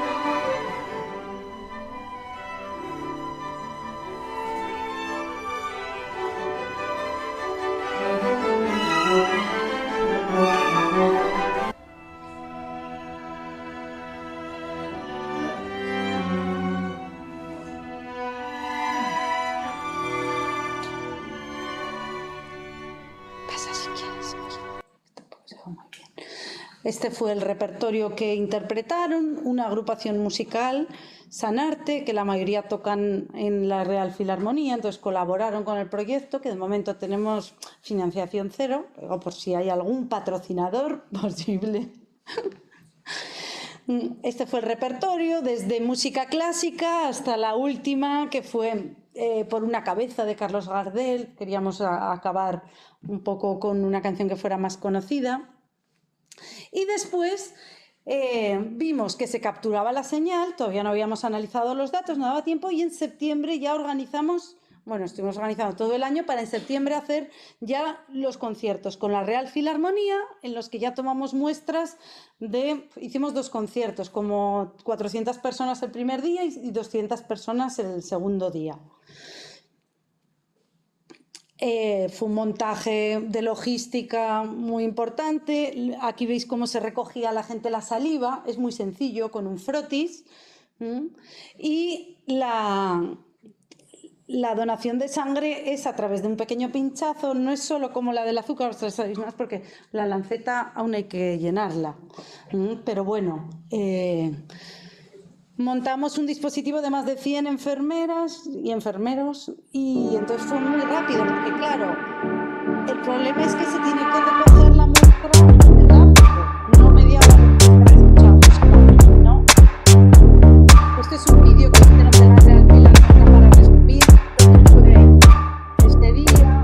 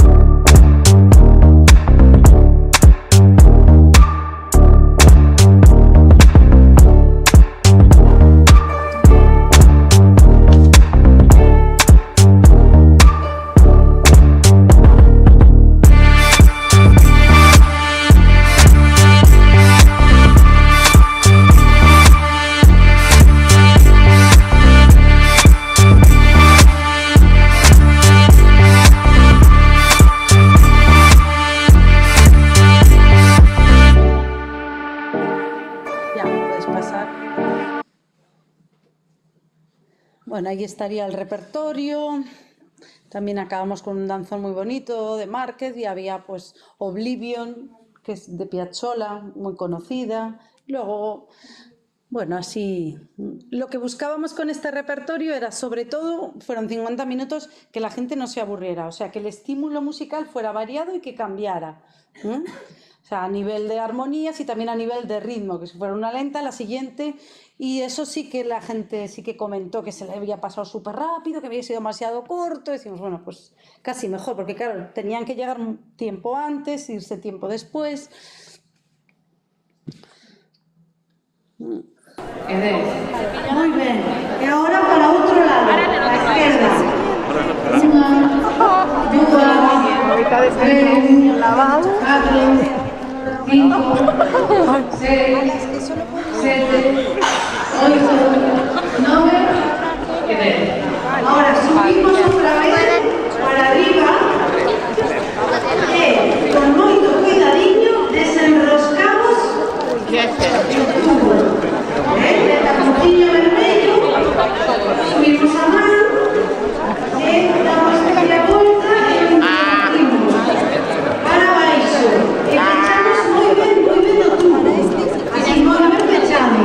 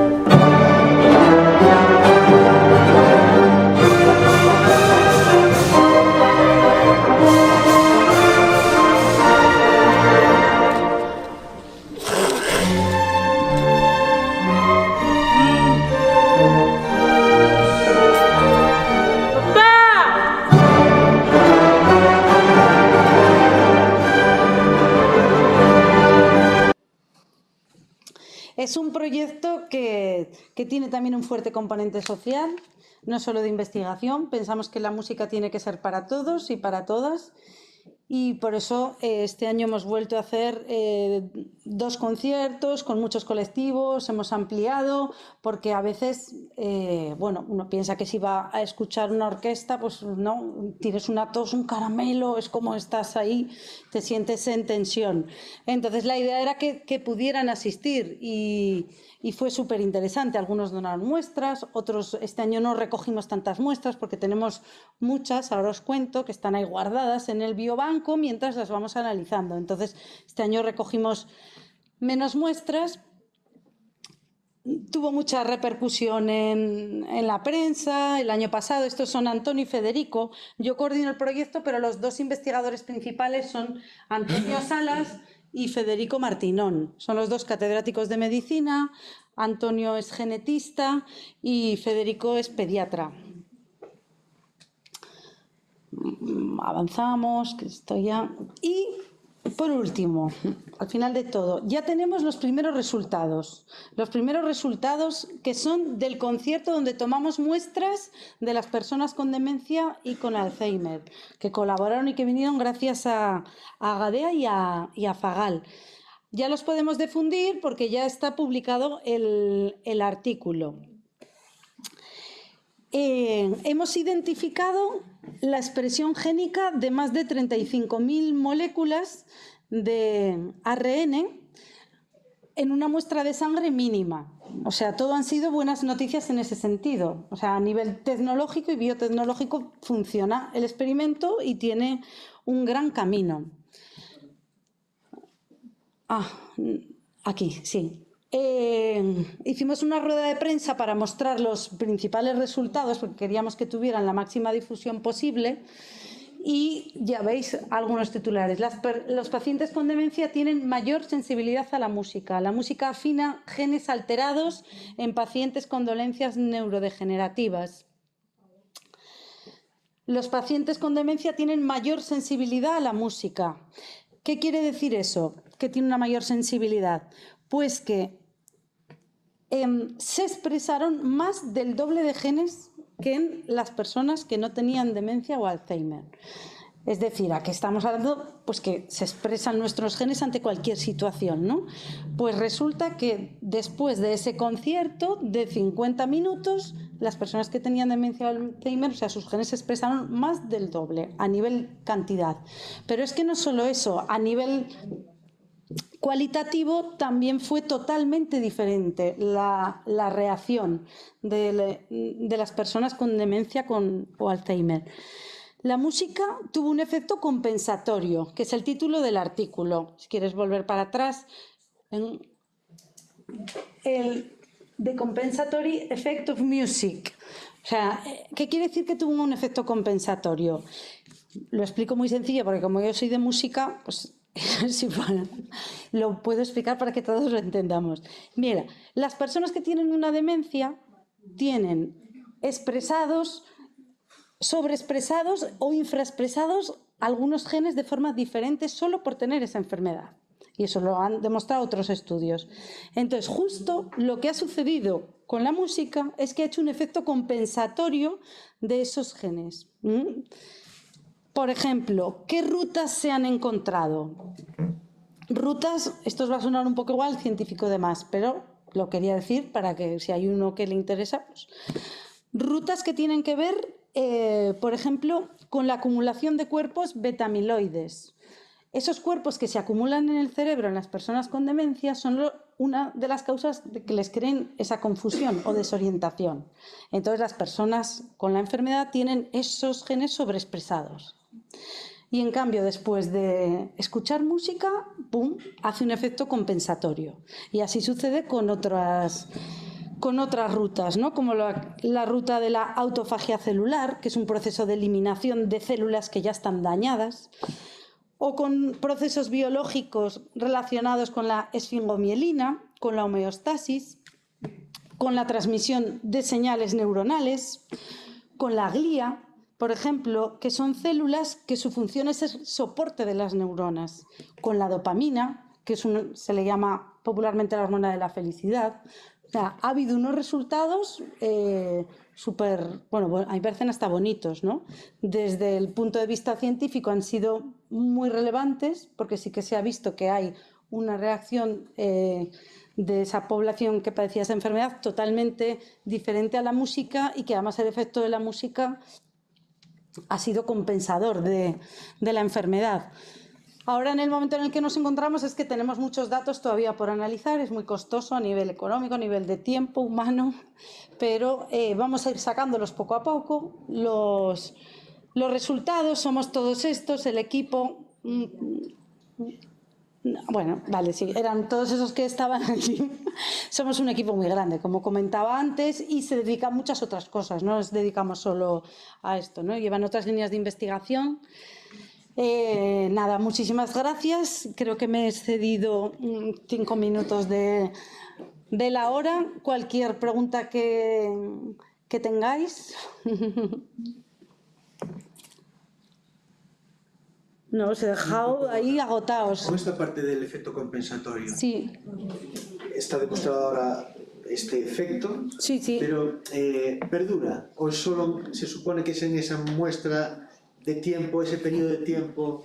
Claro, no lo sabemos. Para eso estamos haciendo, tenemos otros proyectos que estamos esperando en noviembre, que nos digan a ver si nos los conceden, que sería estudiar durante un año entero en un seguimiento en diferentes centros además de Agadea y otros en Portugal, poder hacer sesiones musicales todas las semanas y hacer un seguimiento, no solo nuestra especialidad, que sería este nivel de la expresión génica, sino también con psicólogos, con neurocientíficos. Entonces, hacer de verdad, pues ver si tiene un impacto prolongado, los beneficios.